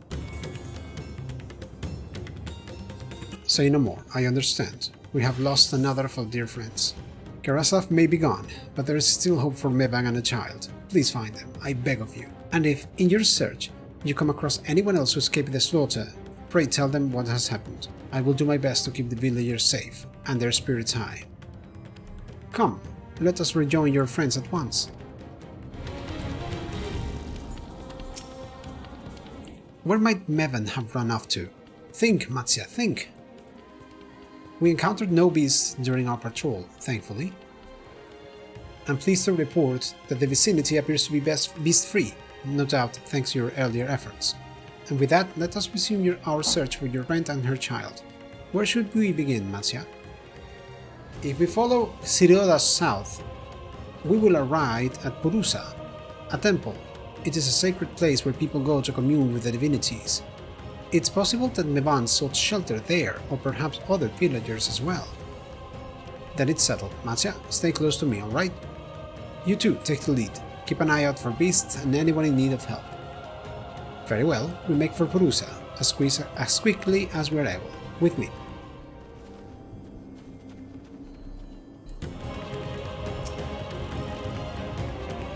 Sagasite, wait! Purusa lies just up ahead, but something terrible has happened. The beasts have come, and many have already been killed. Alvino and Alice have gone to do what they can, but there are so many, more than I could count. You must be ready. Here.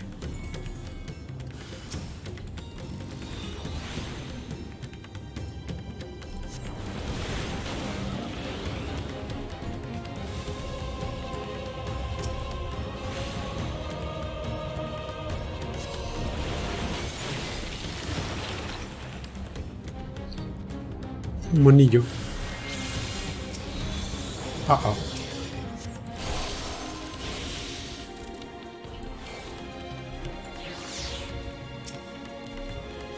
There you are. How fared the others? I see. You have seen to all the beasts in sight. In that case, let's have everyone gather in front of the temple.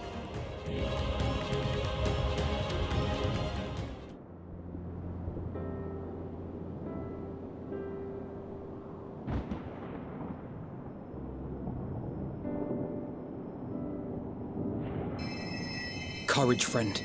The pain will pass. Has anyone seen Mehvan?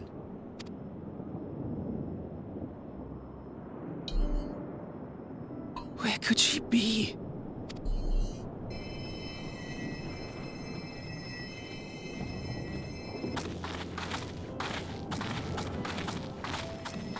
We've dealt with all the blasphemies, and made certain no villagers are still in hiding.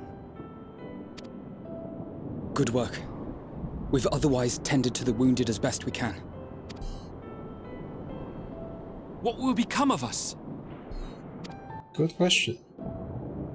Help is on the way, surely. We may have to abandon our homes now, but we will return, someday. But where can we go? Is anywhere even safe? That I cannot say. Well, I can. Nowhere's safe. Run all you like, but there's no escaping these things. And even if I could, it's too late for my family.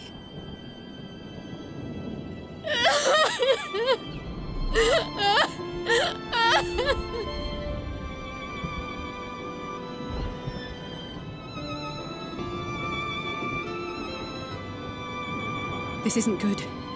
The more they dwell on the tragedy, the more likely we are to lose them too.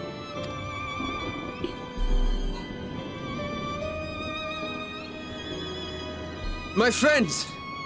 This is a place of worship.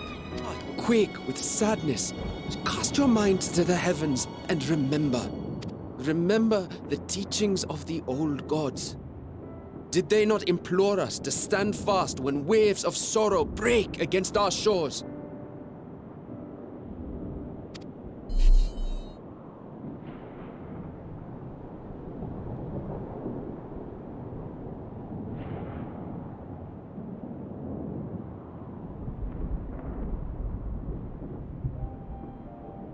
Know this, my children. There is more ugliness than beauty in this world. To live is to suffer. To drink of calamity and drown in anguish. To toil and be tested, always and ever. 'Tis a perilous path you walk. Death lurks in the dark, and is the sole promise that awaits at journey's end. You will tremble with terror. You will weep tears of anger and despair.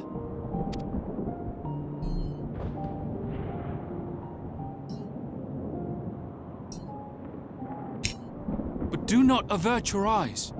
See your life for what it is. Then will you see how the hardships make you strong.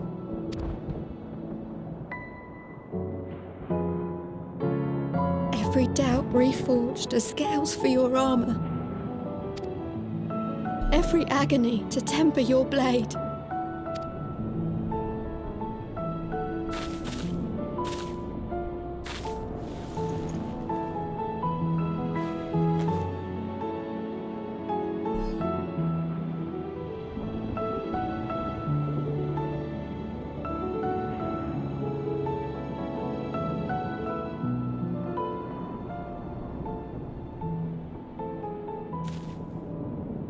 Thank you, lad. We'd almost forgotten who we are.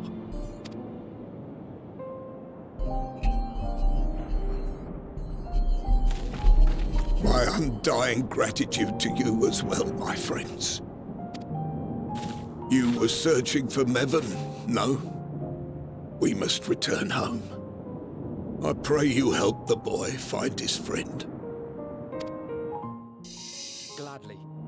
We dispatched what beasts we could, but the roads are still dangerous. Stay together and go in safety.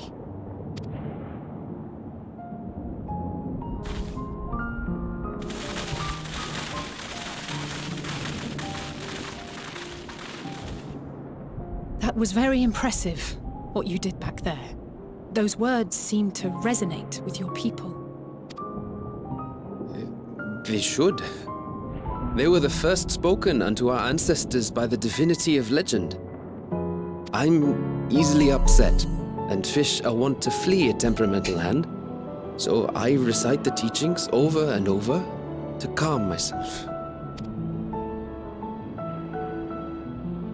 They're lovely and inspiring to hear, though I imagine they were born of great misfortune. They are born of life. There's as much bad as good in it. More, many would attest. All the more reason to appreciate the good when you can.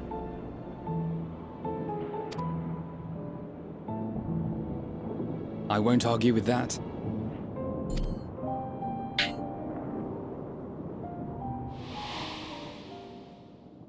In darkness, seek joy. Surrender not to sadness, and see beyond despair. Walk free, and bear the light for others to follow.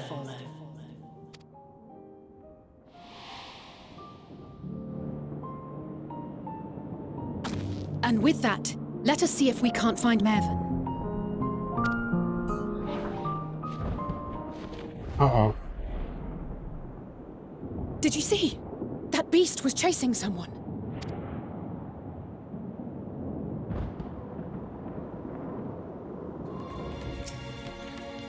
We must go after them, at once. What? Was that Mehvan? Over there. My view was blocked by the trees, but I'm sure I saw someone being chased by a beast. Sagasite, go with Matsya and search along the river. Afino and I will circle around from the south. Now that's the problem with this thing. As long as you show any negative emotions, you get transformed, so it's gonna be very tough to fight. We have reached the Font of Maya, but maybe they are hiding in the ruins?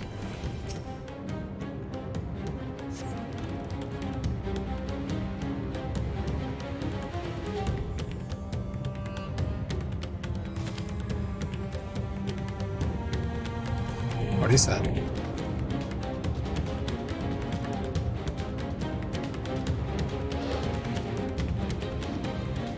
That's her! No, I'm sure of it! Mehvan! Don't! Please!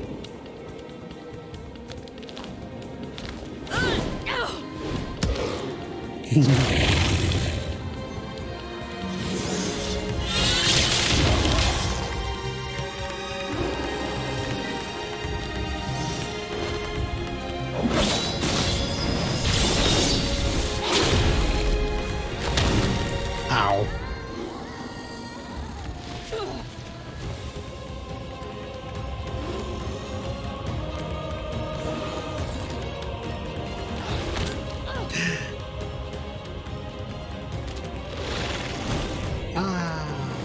Allow. No! God have mercy!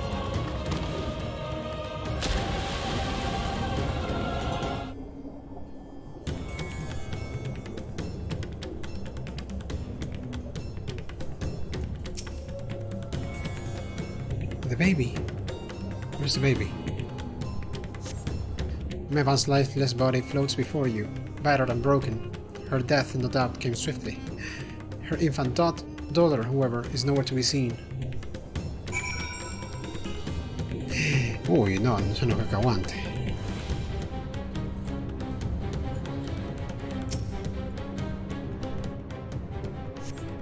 You take the baby into your arms. If she yet lives, you cannot tell, and she will surely not survive unless you carry her to the surface at once.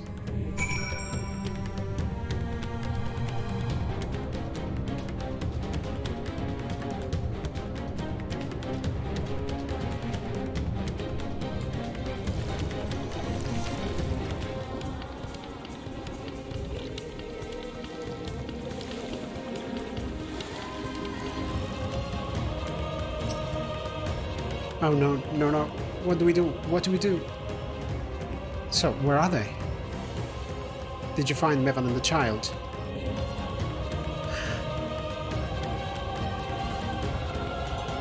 Damn it all. Do you have the child? Let me see her.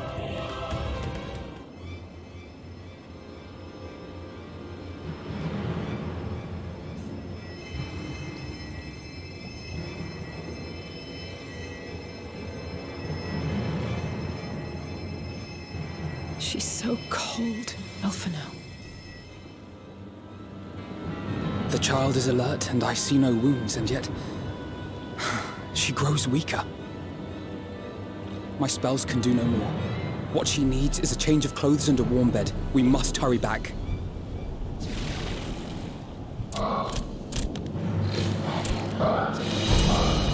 Not now! Matsya, take the child.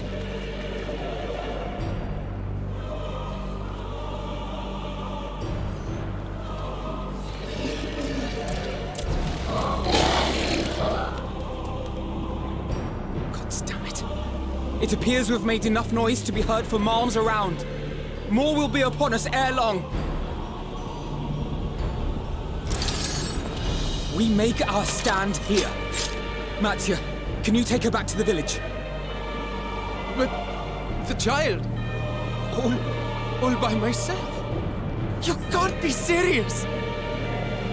The beasts will follow you home unless we stop them here. And so we shall. Be strong, Matsya. Her life is in your hands. Right. I can do it. I know you can. We'll keep them busy, Matsya. Go! Quickly!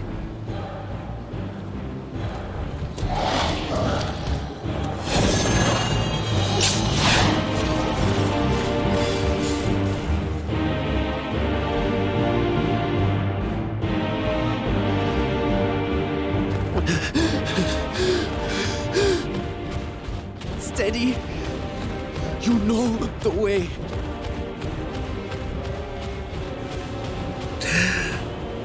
No! No! Not you too!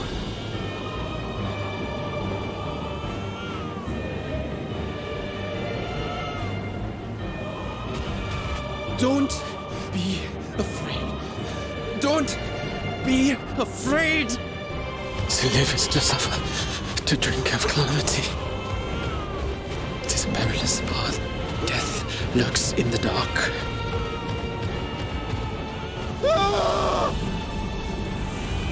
No! I'm not afraid! I'm not afraid!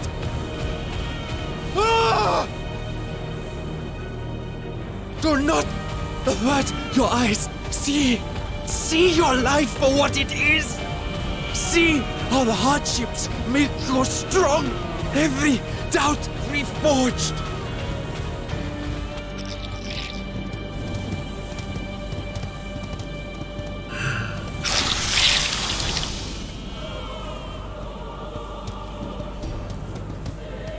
Every agony.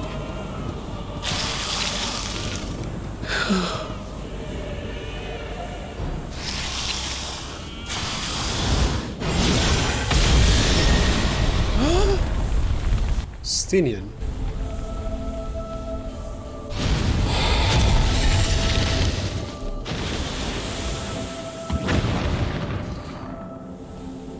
The divinity? Nay, but one who would deliver thee just the same.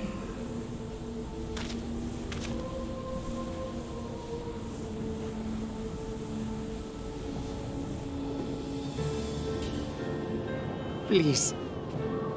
You must save the child. She is all that remains of Mehvan and Qerasaf. Please.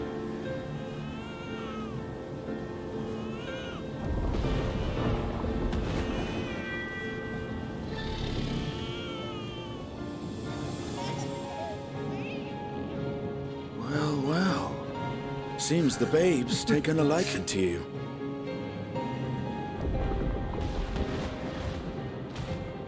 Thou art strong, little one. Let us convey thee to thy home.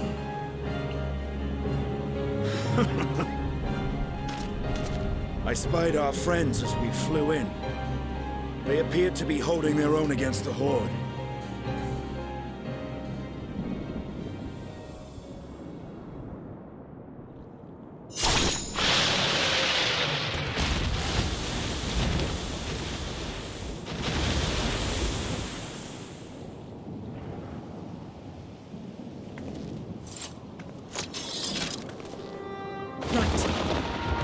The last of them.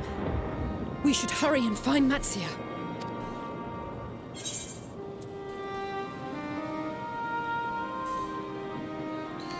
He had help from on high.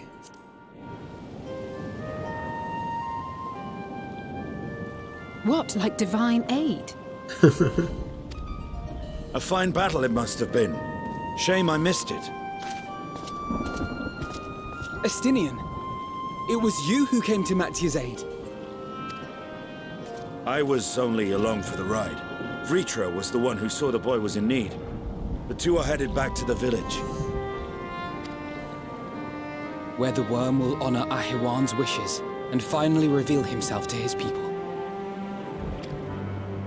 Perhaps so. Will you go and join them? There's something I need to do first. Mehvan gave her life so that her child might live. She deserves better than to be left to drift alone. She deserves to be laid to rest beside her husband at least. Will you help me?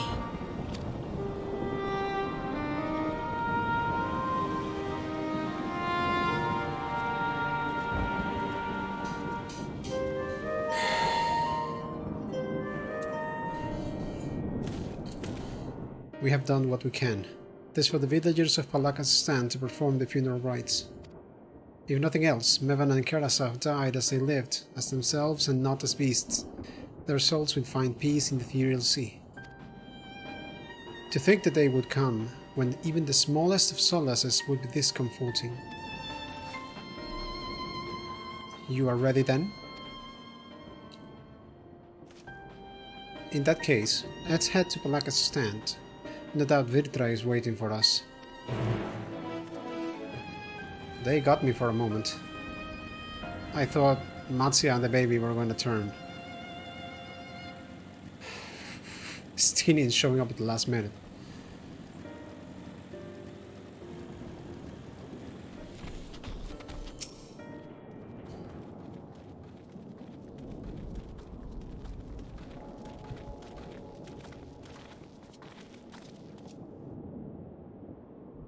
Rest easy, for all is well here. Young Matsya returned with the babe safe in his arms. Owing to a warm bed, the girl hath already begun to regain her strength. Less joyously received was word of the mother and father's fate, as well as that of the transformed neighbors. How many children of Thavnair must we lose to this calamity? Mothers and fathers, brothers and sisters, sons and daughters, every death another void that can never be filled. We who survive, then, must carry the weight of their memory, as we strive to regain a semblance of what we have lost. Qerasaf and Mehvan's babe is a child of Thavnair as well.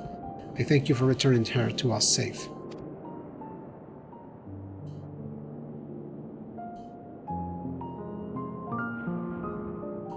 Oh, most great and merciful worm, I have not the words to express my gratitude. They say that were it not for you, brave Matsya and the child would have been lost to us forever. Long had I heard rumors that a mighty dragon had forged a pact of friendship with the satrap, but never would I have expected such a kind and gentle soul. Truth in part, but not in whole.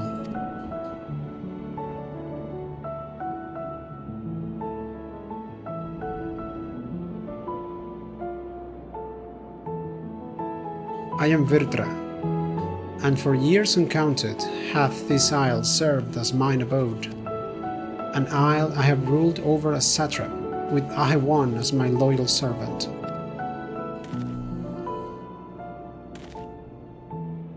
Are my ears to be believed? You were the true satrap all along.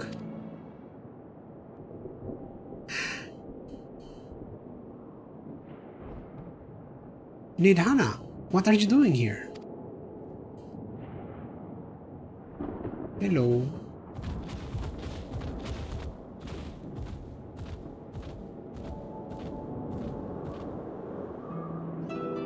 I heard from the Radiant that you had gone to help the people of Palaka stand in their time of need. And so I and several of my colleagues from the Great Work came to offer our services. The alchemists have already brewed up some potions for Mehvan's daughter. But enough about us.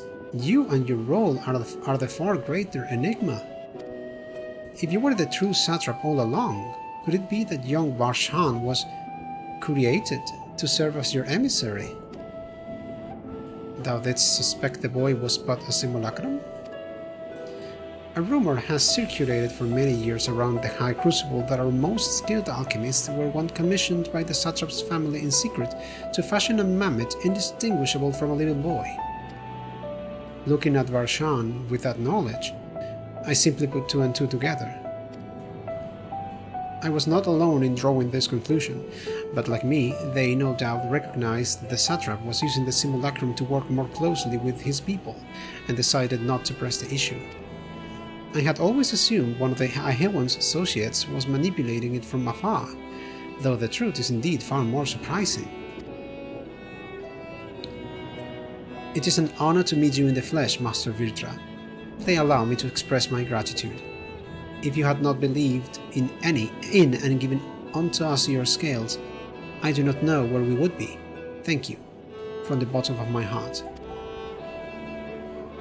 Thus thou and thy fellow alchemists that fashioned the means to unmake the towers, you were the saviors not only of Radz-at-han, but the star. Far too kind you are, Master Vrtra, but the star yet wants for salvation.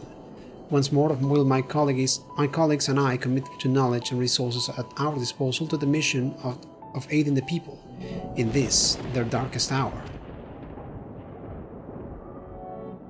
To seem this place is in good hands. I will return to see how Radz-at-han fares. What will you do, Science? I worry for the survivors we met at Purusa. Shall we pay them a visit before making our way back? In that case, might I ask a favor? Nothing too burdensome, I promise. This way.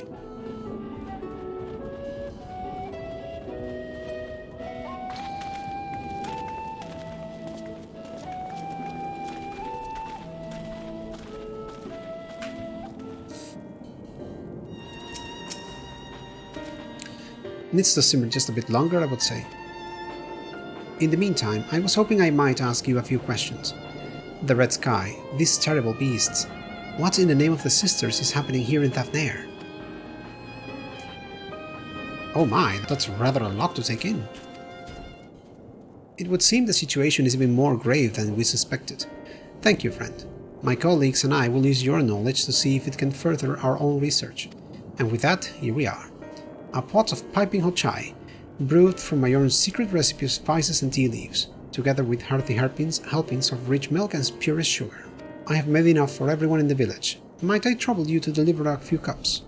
The drink has medicinal properties, then? Not in the least. The ingredients are quite ordinary. It's so very tasty, though, and has a way of lifting the spirits. The spicy aroma and distinctive sweetness of chai is a simple, everyday pleasure on our island. Sometimes the best medicine is the simplest. I love this sentiment, Nidhana. By all means, allow us to assist.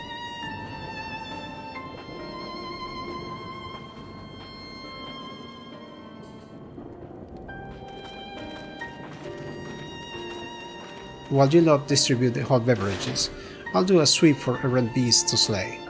A far less arduous task, no doubt. When you have finished, look for me at the Wakeful Torana.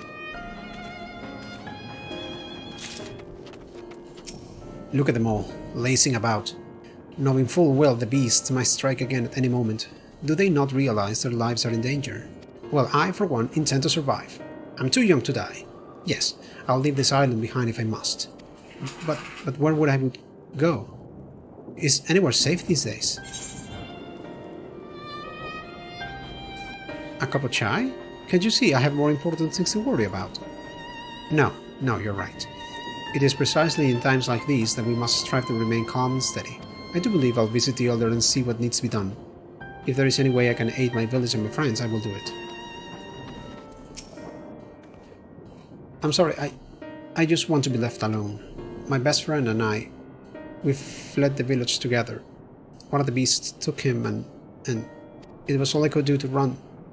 All the while, I could hear this monstrous voice screaming my name. This is for me? Ah, we used to drink chai together often. Shared stories over steaming cups after a hard day's work. Thank you, friend. The pain may never pass, but I must press on all the same, for his memory and for we who must remember. Wait, I know you.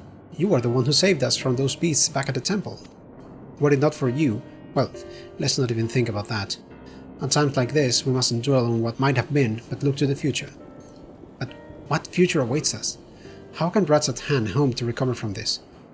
Most of my friends are gone, and I don't know where to turn. A cup of chai? Well, if you insist. Ah, that aroma has a way of clearing the mind. Come to think of it, we have faced our fair share of trials in the past as well.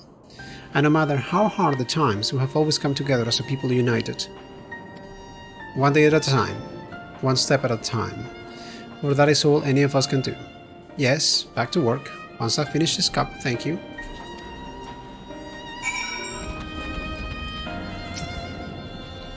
Thank you for delivering the chai, Sakasite. Did it help to lift the villagers' spirits? This is heartening to hear indeed. The final days show no signs of abating, but that is all the more reason that we must try to keep our composure. Our lives have been forever changed. The people who have lost will never return to us. These tragedies will long weigh on our hearts. But we have the capacity to live with our suffering, to carry the agony till we too join the falling in death. It is not a surrender, but a recognition, for it is only in acceptance that we find the strength to move forward. As you have finished your deliveries, might I talk with you for a moment? I was curious to know, what has become of Mehvan and Qerasaf's remains? Oh, thank you, friend. Surely they will be able to rest peacefully by each other's side. I and the people of Palaka's stand will perform the rites as soon as we are able. As for the child, it will not be easy for her, growing up without her parents, but I promise to do what I can. Once she is able to eat solid food, the fish I catch will help nourish her.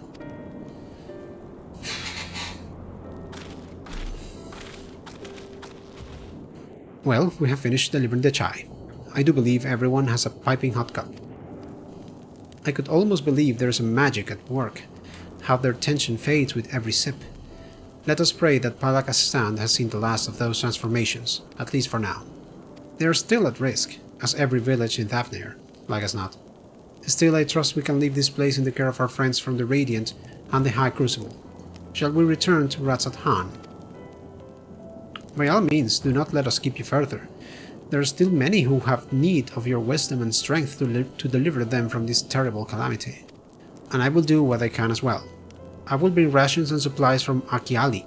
We have plenty to spare. Then let us find Estinian and be on our way. Where did he wander off to again?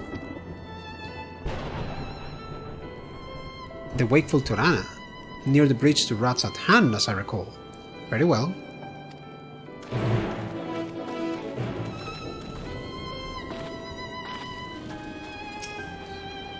I have apprised Estinian of the situation at Palaka's stand, so we needn't have that conversation. How do you suppose the others have fared in the capital? I hope things have not been too eventful in our absence.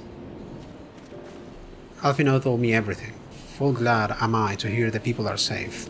Likewise, you will be pleased to know I found no evidence of lingering beasts in the jungle and ruins. It would seem you finished off the last of them. Trying times yet lie ahead for the people of Thavnair. Fortunately, they have a wise and benevolent satrap to shepherd them through. Speaking of which, I received word from Thancred not a short while ago. He awaits our return to the city on Al-Sadal's path. Come. It is good to see you safe. Given the skies, it is all too easy to fear the worst. I am pleased to report that we have succeeded in quelling the threat here in the city. The beasts have been felled, and the citizens are safe for now. I have also heard from the Radiant that an important proclamation will be made in the city square, though they said no more than that. Might you have an idea what this is about? I think so. So Vrtra is finally coming out from behind the curtain. I suppose we too should hear what he has to say. To Megaduta then. But before that, it would appear that word of the assembly has not yet reached all the citizens. If anyone along the way seems unaware, we had best enlighten them.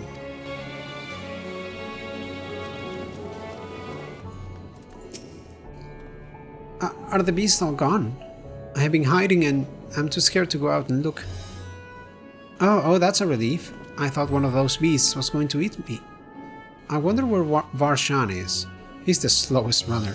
I hope he got away. He could be with the other people from the palace.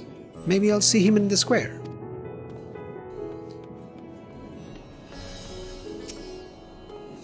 Leave me be, please. I swear to you, my flesh tastes absolutely terrible. Oh gods, what are you doing, scaring me like that? If we're not quiet, those beasts will find us. The square, you say? But that's where the satrap was killed. With my very eyes I saw him crossing that creature's maw. So many lives lost, such terrible carnage. And you say there is someone else who would lead Radz-at-han in this stead? Whoever they are, if they say anything to sully the memory of our beloved satrap, I'll make them regret it. Finished rounding up the stragglers? The proclamation will begin shortly. Let's wait here, lest we miss something important. Welcome back, Sakasite. Alfie now told me everything. I was pleased to hear that Vrtra has chosen to reveal himself at last. The people of Radz-at-han need a strong and wise satrap more than ever. People are slowly making their way here, but many are still gripped by fear and doubt. Hopefully Vrtra's message of hope will resonate strongly enough with the ones willing to listen, and spread to every corner of Thavnair. I hear you were able to bring the situation at Palaka stand under control. Every life lost is a tragedy, but you should take pride in doing what you could. When I assumed command during the earlier panic, I did so instinctively and out of necessity. It was not my place to give orders, but I am glad the people heeded them. But now they have need of a true leader, a magnanimous and just satrap who can guide them every step of the way. Fortunately, they are blessed with one such soul. If anyone can protect and guide them through this calamity, it is he. It would seem the people still have lingering doubts, and I cannot blame them. Yet we know what strength is afforded us with one of the first brood on our side. I have faith the citizenry will come to understand and accept him in time. We're a man working towards a common goal. Not the first time you have seen something like that, Stine?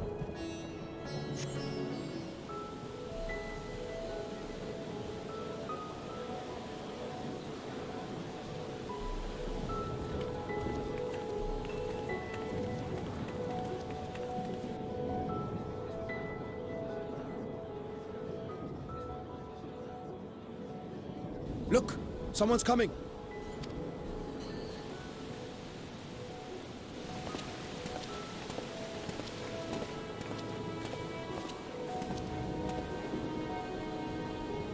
People of Radz-at-han, it warms my heart to see so many brave, resilient souls before me.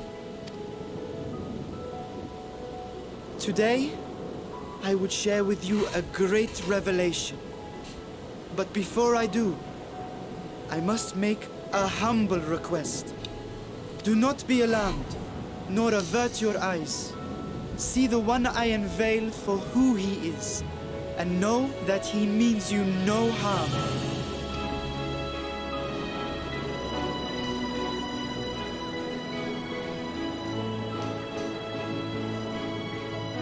Very well.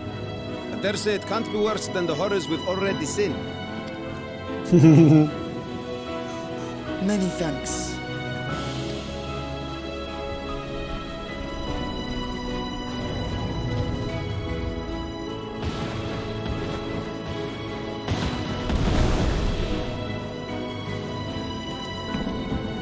A dragon!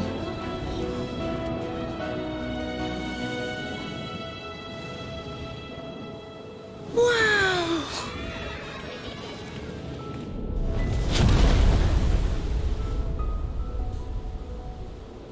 People of Radz-at-han, I am Vrtra, and for years uncounted hath this isle served as mine abode.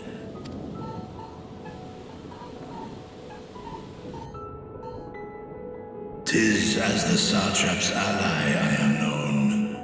Today, I would reveal the truth unto you.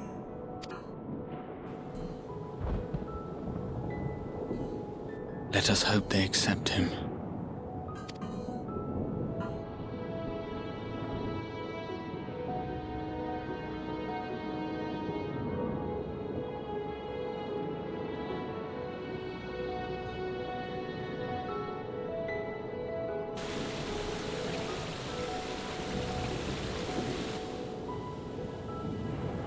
If I am hearing this right, you were the satrap all along? Vashan! I mean, Master Vrtra, does your divine eye really see all? Nay, child. While mine eye hath borne witness to the whole of our nation's history, to its future I am blind as thee. Countrymen, calamity the likes of which we have never known is come to Thavnair, our home. Friends and loved ones have been taken from us.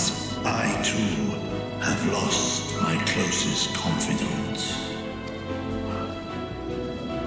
Ahawan loved this land and served it with dignity till his dying breath. A nobler satrap there will never be. For so long, I lacked the courage to face you. I will not easily earn your trust, this I know. And yet, I cannot sit idly by and abandon Radz-at-han to her fate. A font of boundless vibrancy, this jewel of the ocean. Since time immemorial, hath she glittered with every color imaginable. To this dragon, slumbering in his dark lair, 'twas a mesmerizing sight, and one that brought no end of joy to my heart. This calamity hath stolen too much from you already, yet so long as you live, the light of Radz-at-han will never be extinguished. I pray you let me watch over it, over you, and lend me your strength, that we might face this trial and those to come as one. I do not know you, dragon, but I thank you for speaking the truth to us. As divinities, both Manusha and Riga once joined together, so too do I believe that hand in hand, we can overcome this ordeal and welcome an era of peace.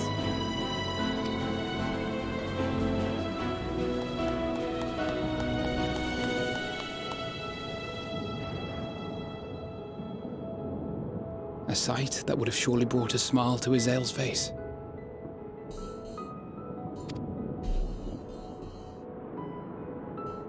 Indeed.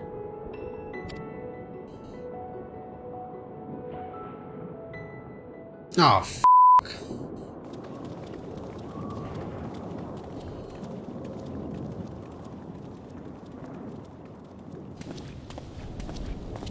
Excuse me, but I must speak with the satrap at once. Father!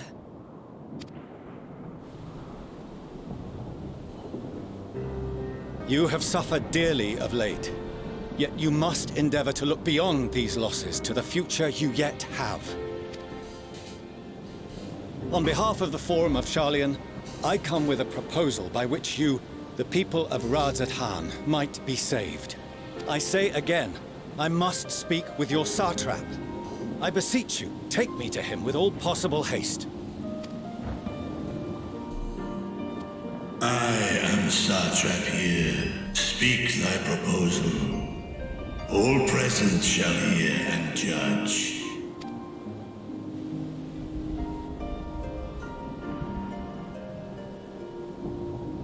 If I have given offense, then I apologize. First, allow me to share with you what knowledge we have of the phenomenon responsible for your woes. The final days. 'Tis an affliction of stagnancy and rot, sown into the currents of the star.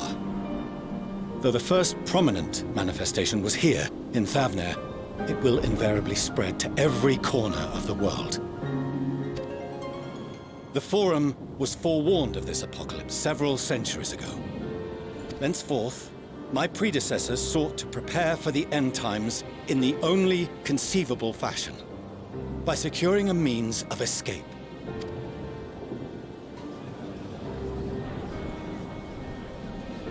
Escape the star? What madness is this? 'Tis by no means madness. With the coming of the 7th umbral calamity, the true nature of the Red Moon, Dalamud, was revealed. That it was an artificial construct of ancient Alag.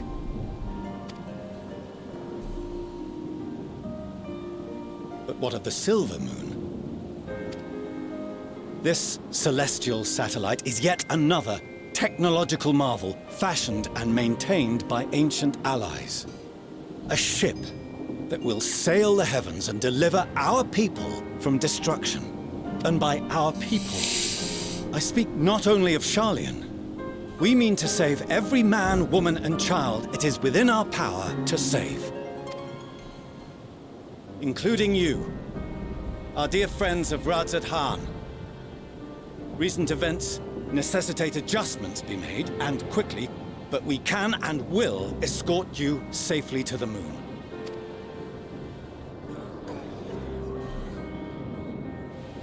Long has thy forum been allies to Thavnair.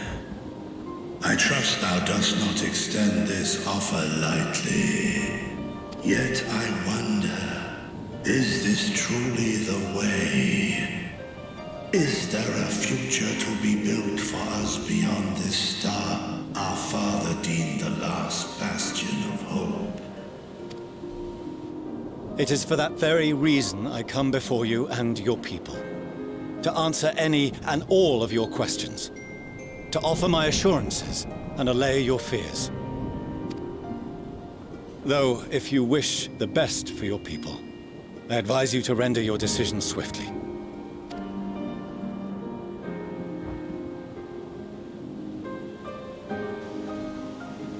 Show our friends to Megaduta. They are to be received as honored guests.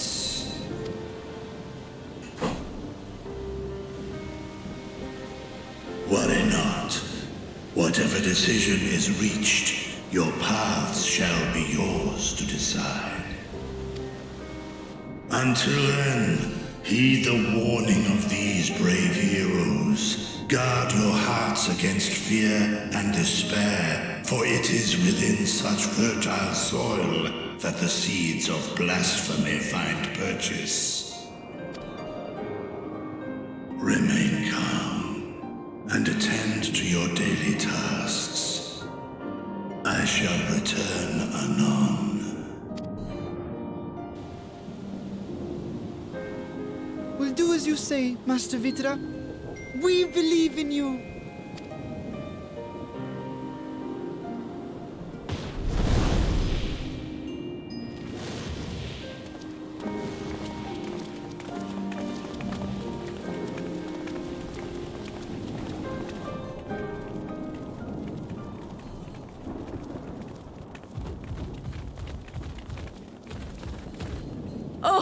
You're still here. What a relief.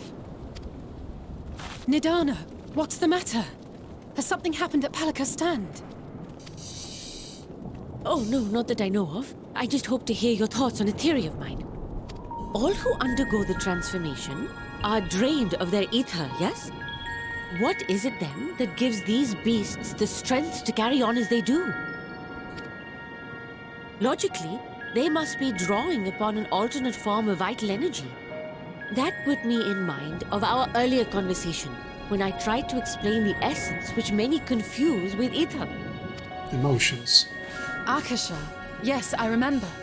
The unseen gift bestowed from on high. An energy influenced solely by emotion.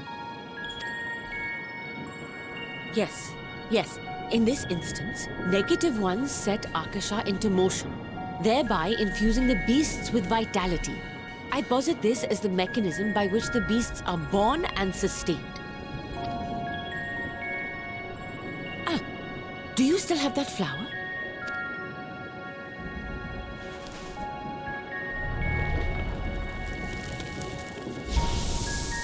What? If we accept that it once shone bright by drawing upon Akasha, influenced by the thoughts of those nearby, then fear, terror, despair, negative emotions so powerful as to suffocate it, permeated the air in this place. You must be very careful. The forces which drive the final days may be beyond our ability to perceive.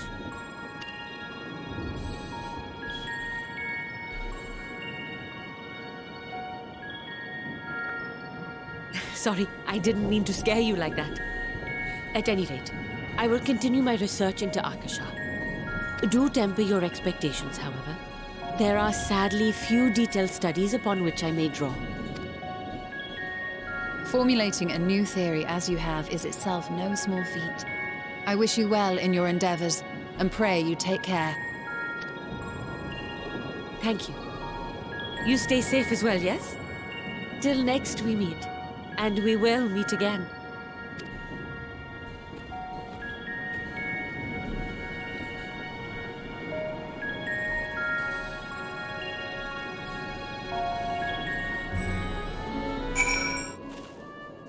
The resolution sits ill with me, but if life has taught me anything, it's that there is little to be gained from arguing with Sharlayans. We must make it upon ourselves to find a better way. Even were Vrtra to acquiesce to their proposal, just how do the Sharlayans intend to transport the nation's entire populace to the moon? I want to see that. I think I have an idea how.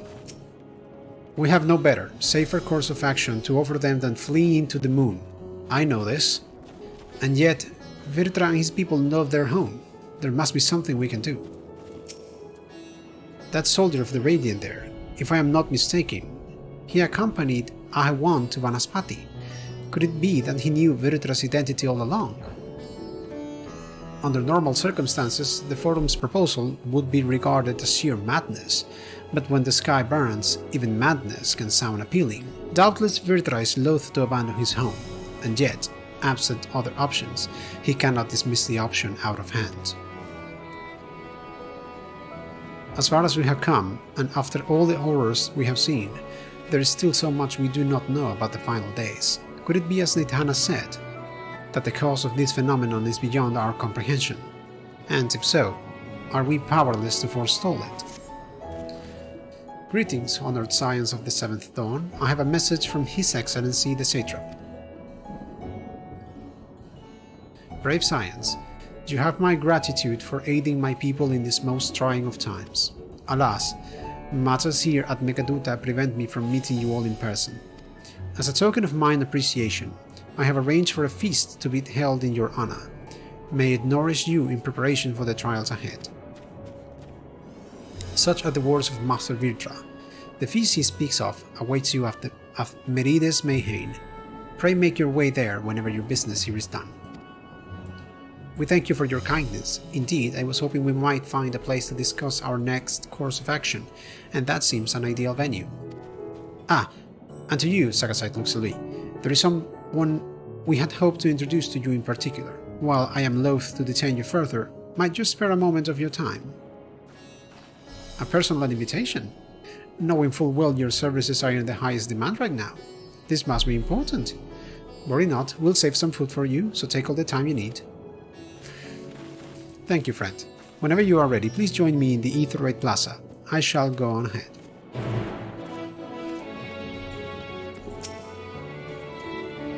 Access to the Aetheroid you see there has been restricted to a select few ever since the tower first appeared. We sincerely apologize for the inconvenience, but it was deemed too dangerous to permit the free movement of visitors at a time of emergency, a risk we could not take. In light of recent developments, however, the satrap has decided that such restrictions will only hinder our efforts to combat the final days.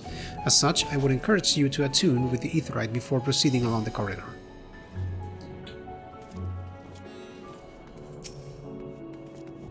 Ah, you must be wondering what this place is. You stand in the Hall of the Radiant Host, from where our leadership oversees all of Radz-at-han's military operations. Sundrop, our destination, lies just ahead.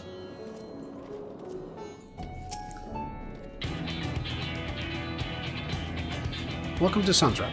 Without further ado, allow me to introduce you to...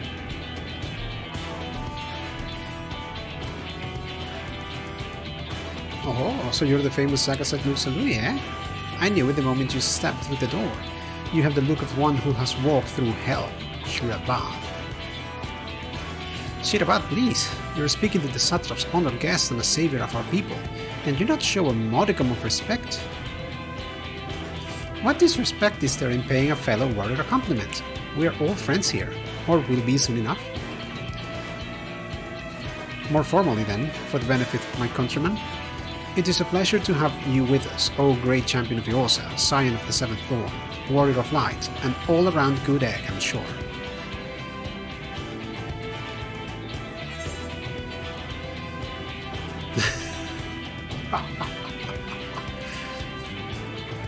Who are you?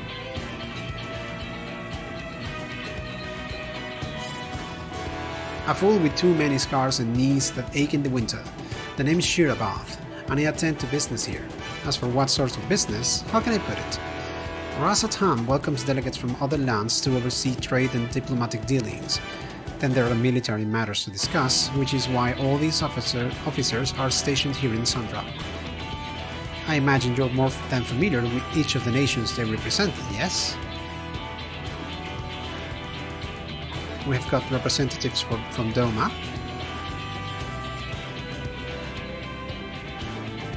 Ulda and Alamigo, Limsalominsa,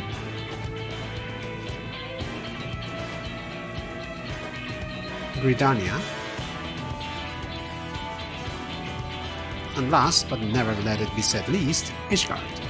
They are the eyes, ears, and mouths that bridge the distance between Radz-at-han and their respective homelands. We have used this brief respite to share details of our plight with our overseas counterparts. And wouldn't you know it, all of their leaders requested a few words from you specifically. You're a woman in high demand, eh?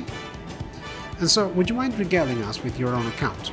Indulge us before you indulge yourself.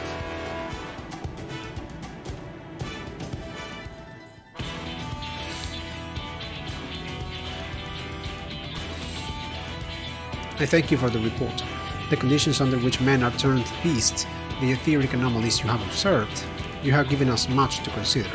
It is concerning that the first transformation apparently occurred before the skies turned red. It is contrary to what one would expect. Thankfully, the information you conveyed to Lucia upon your return from the moon has already proved invaluable. As soon as reports of the calamity here in Thavnair reached the Grand Company of Eorzea and our Far Eastern allies, our leaders knew at once that the final days were indeed upon us. They began taking steps to assess the extent of the phenomenon's spread. Our agents were able to confirm that, for the time being, the skies burn only over the bounty, including this island and Corvus. Alas, that is of little comfort. Aye, all throughout Allied lands there have been reports of people transforming into hideous beasts. From what little we have learned, these incidents are similar in nature to what involved the merchant Qerasaf. As was the case here, the victims underwent the change prior to the heavens being set ablaze. And so, while the burning skies have yet to manifest beyond the bounty, the transformations do not appear to be subject to any similar restriction. If anyone anywhere overcome by despair can turn, then nowhere is safe. That's about the size of it. Speaking of which, we ought to give these creatures a name, don't you think? Here in Radz-at-han, we have taken to calling the first to change, which tend to be the biggest, blasphemies. As fitting a name as any, to ensure clarity in future communications, we shall urge our comrades to adopt this terminology. Our leaders have taken measures to deal with the threat to the best of our abilities.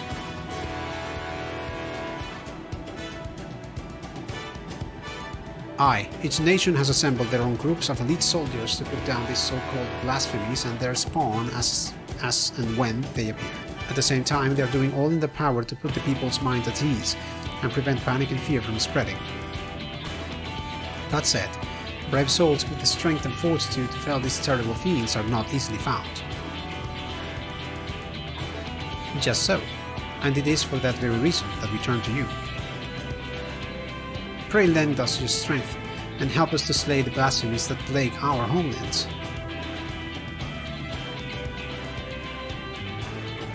Now, you don't have to give your reply before dinner.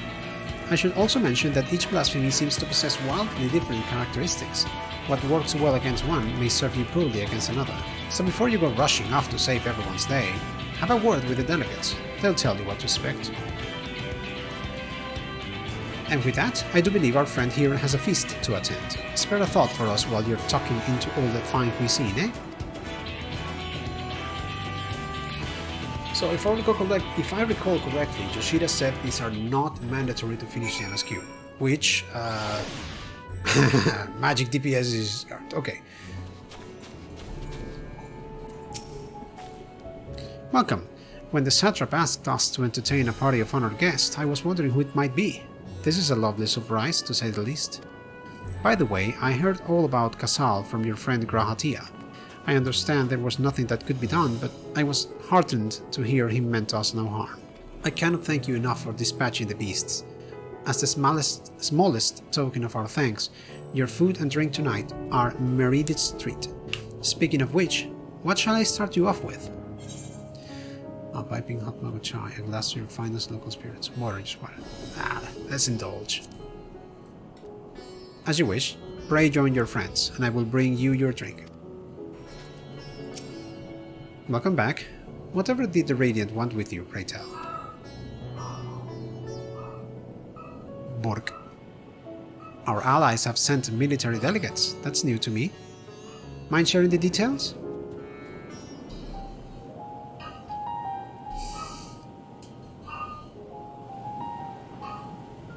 So blasphemies now plague all the realm. It will only get worse if what Father said is true, as it did in Amarot.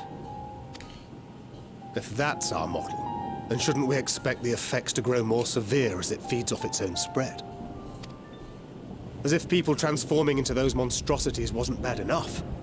If the flora and fauna, if the land itself turned against us. No one would survive.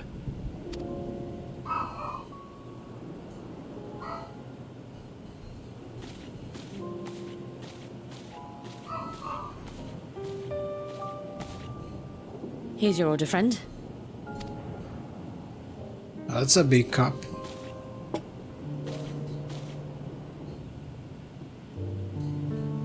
May you find comfort in these dark times.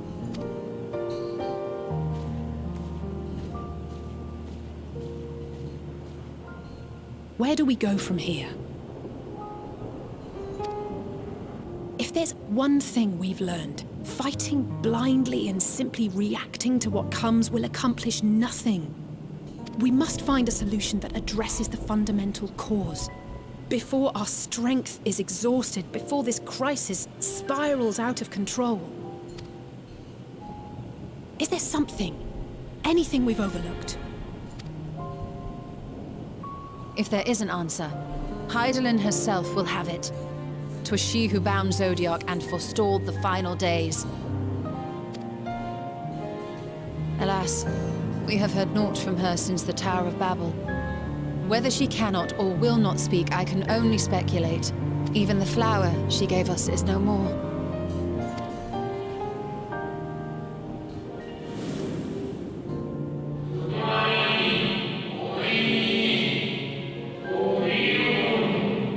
In our time, we called it Elpis. You would do well to remember the name.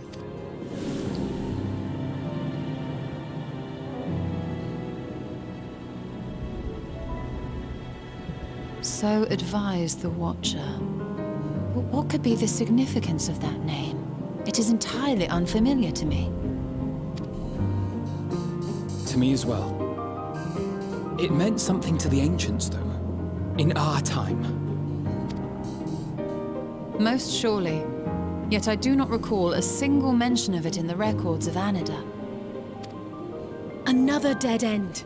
And quite literally. It's not as if there are any ancients living we could go and ask.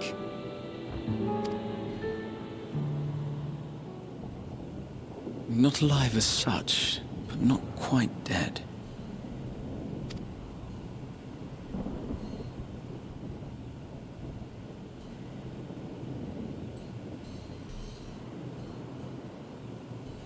Elidibus. Excuse me? Elidibus is dead. He's trapped in the Crystal Tower. But how? I sealed him in the White Horus site of the Crystal Tower back on the 1st. Contained within that reservoir of ether that maintains it, ether that is returned little by little to the sea. Naught may remain of his soul. However, if part of it lingers, we might be able to speak with him there.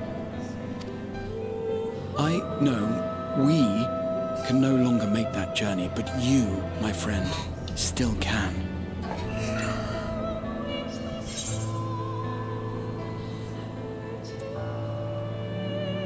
It would be an opportunity to look in on the others as well.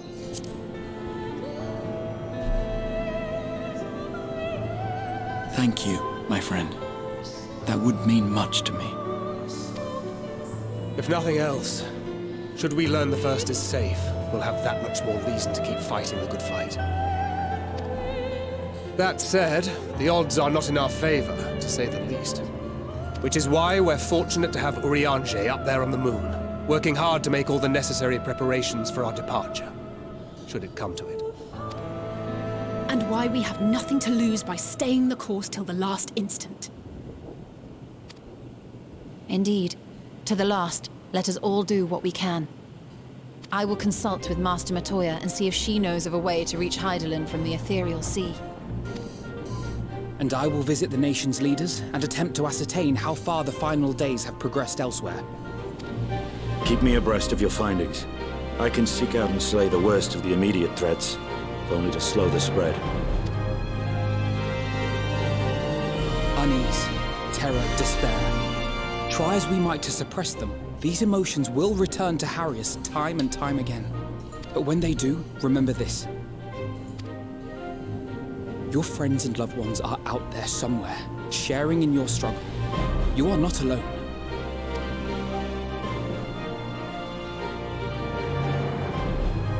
So ends the brief respite before the next revelation. Yes, so much left for you to see. Ah, damn. Where beginning ends, and end begins.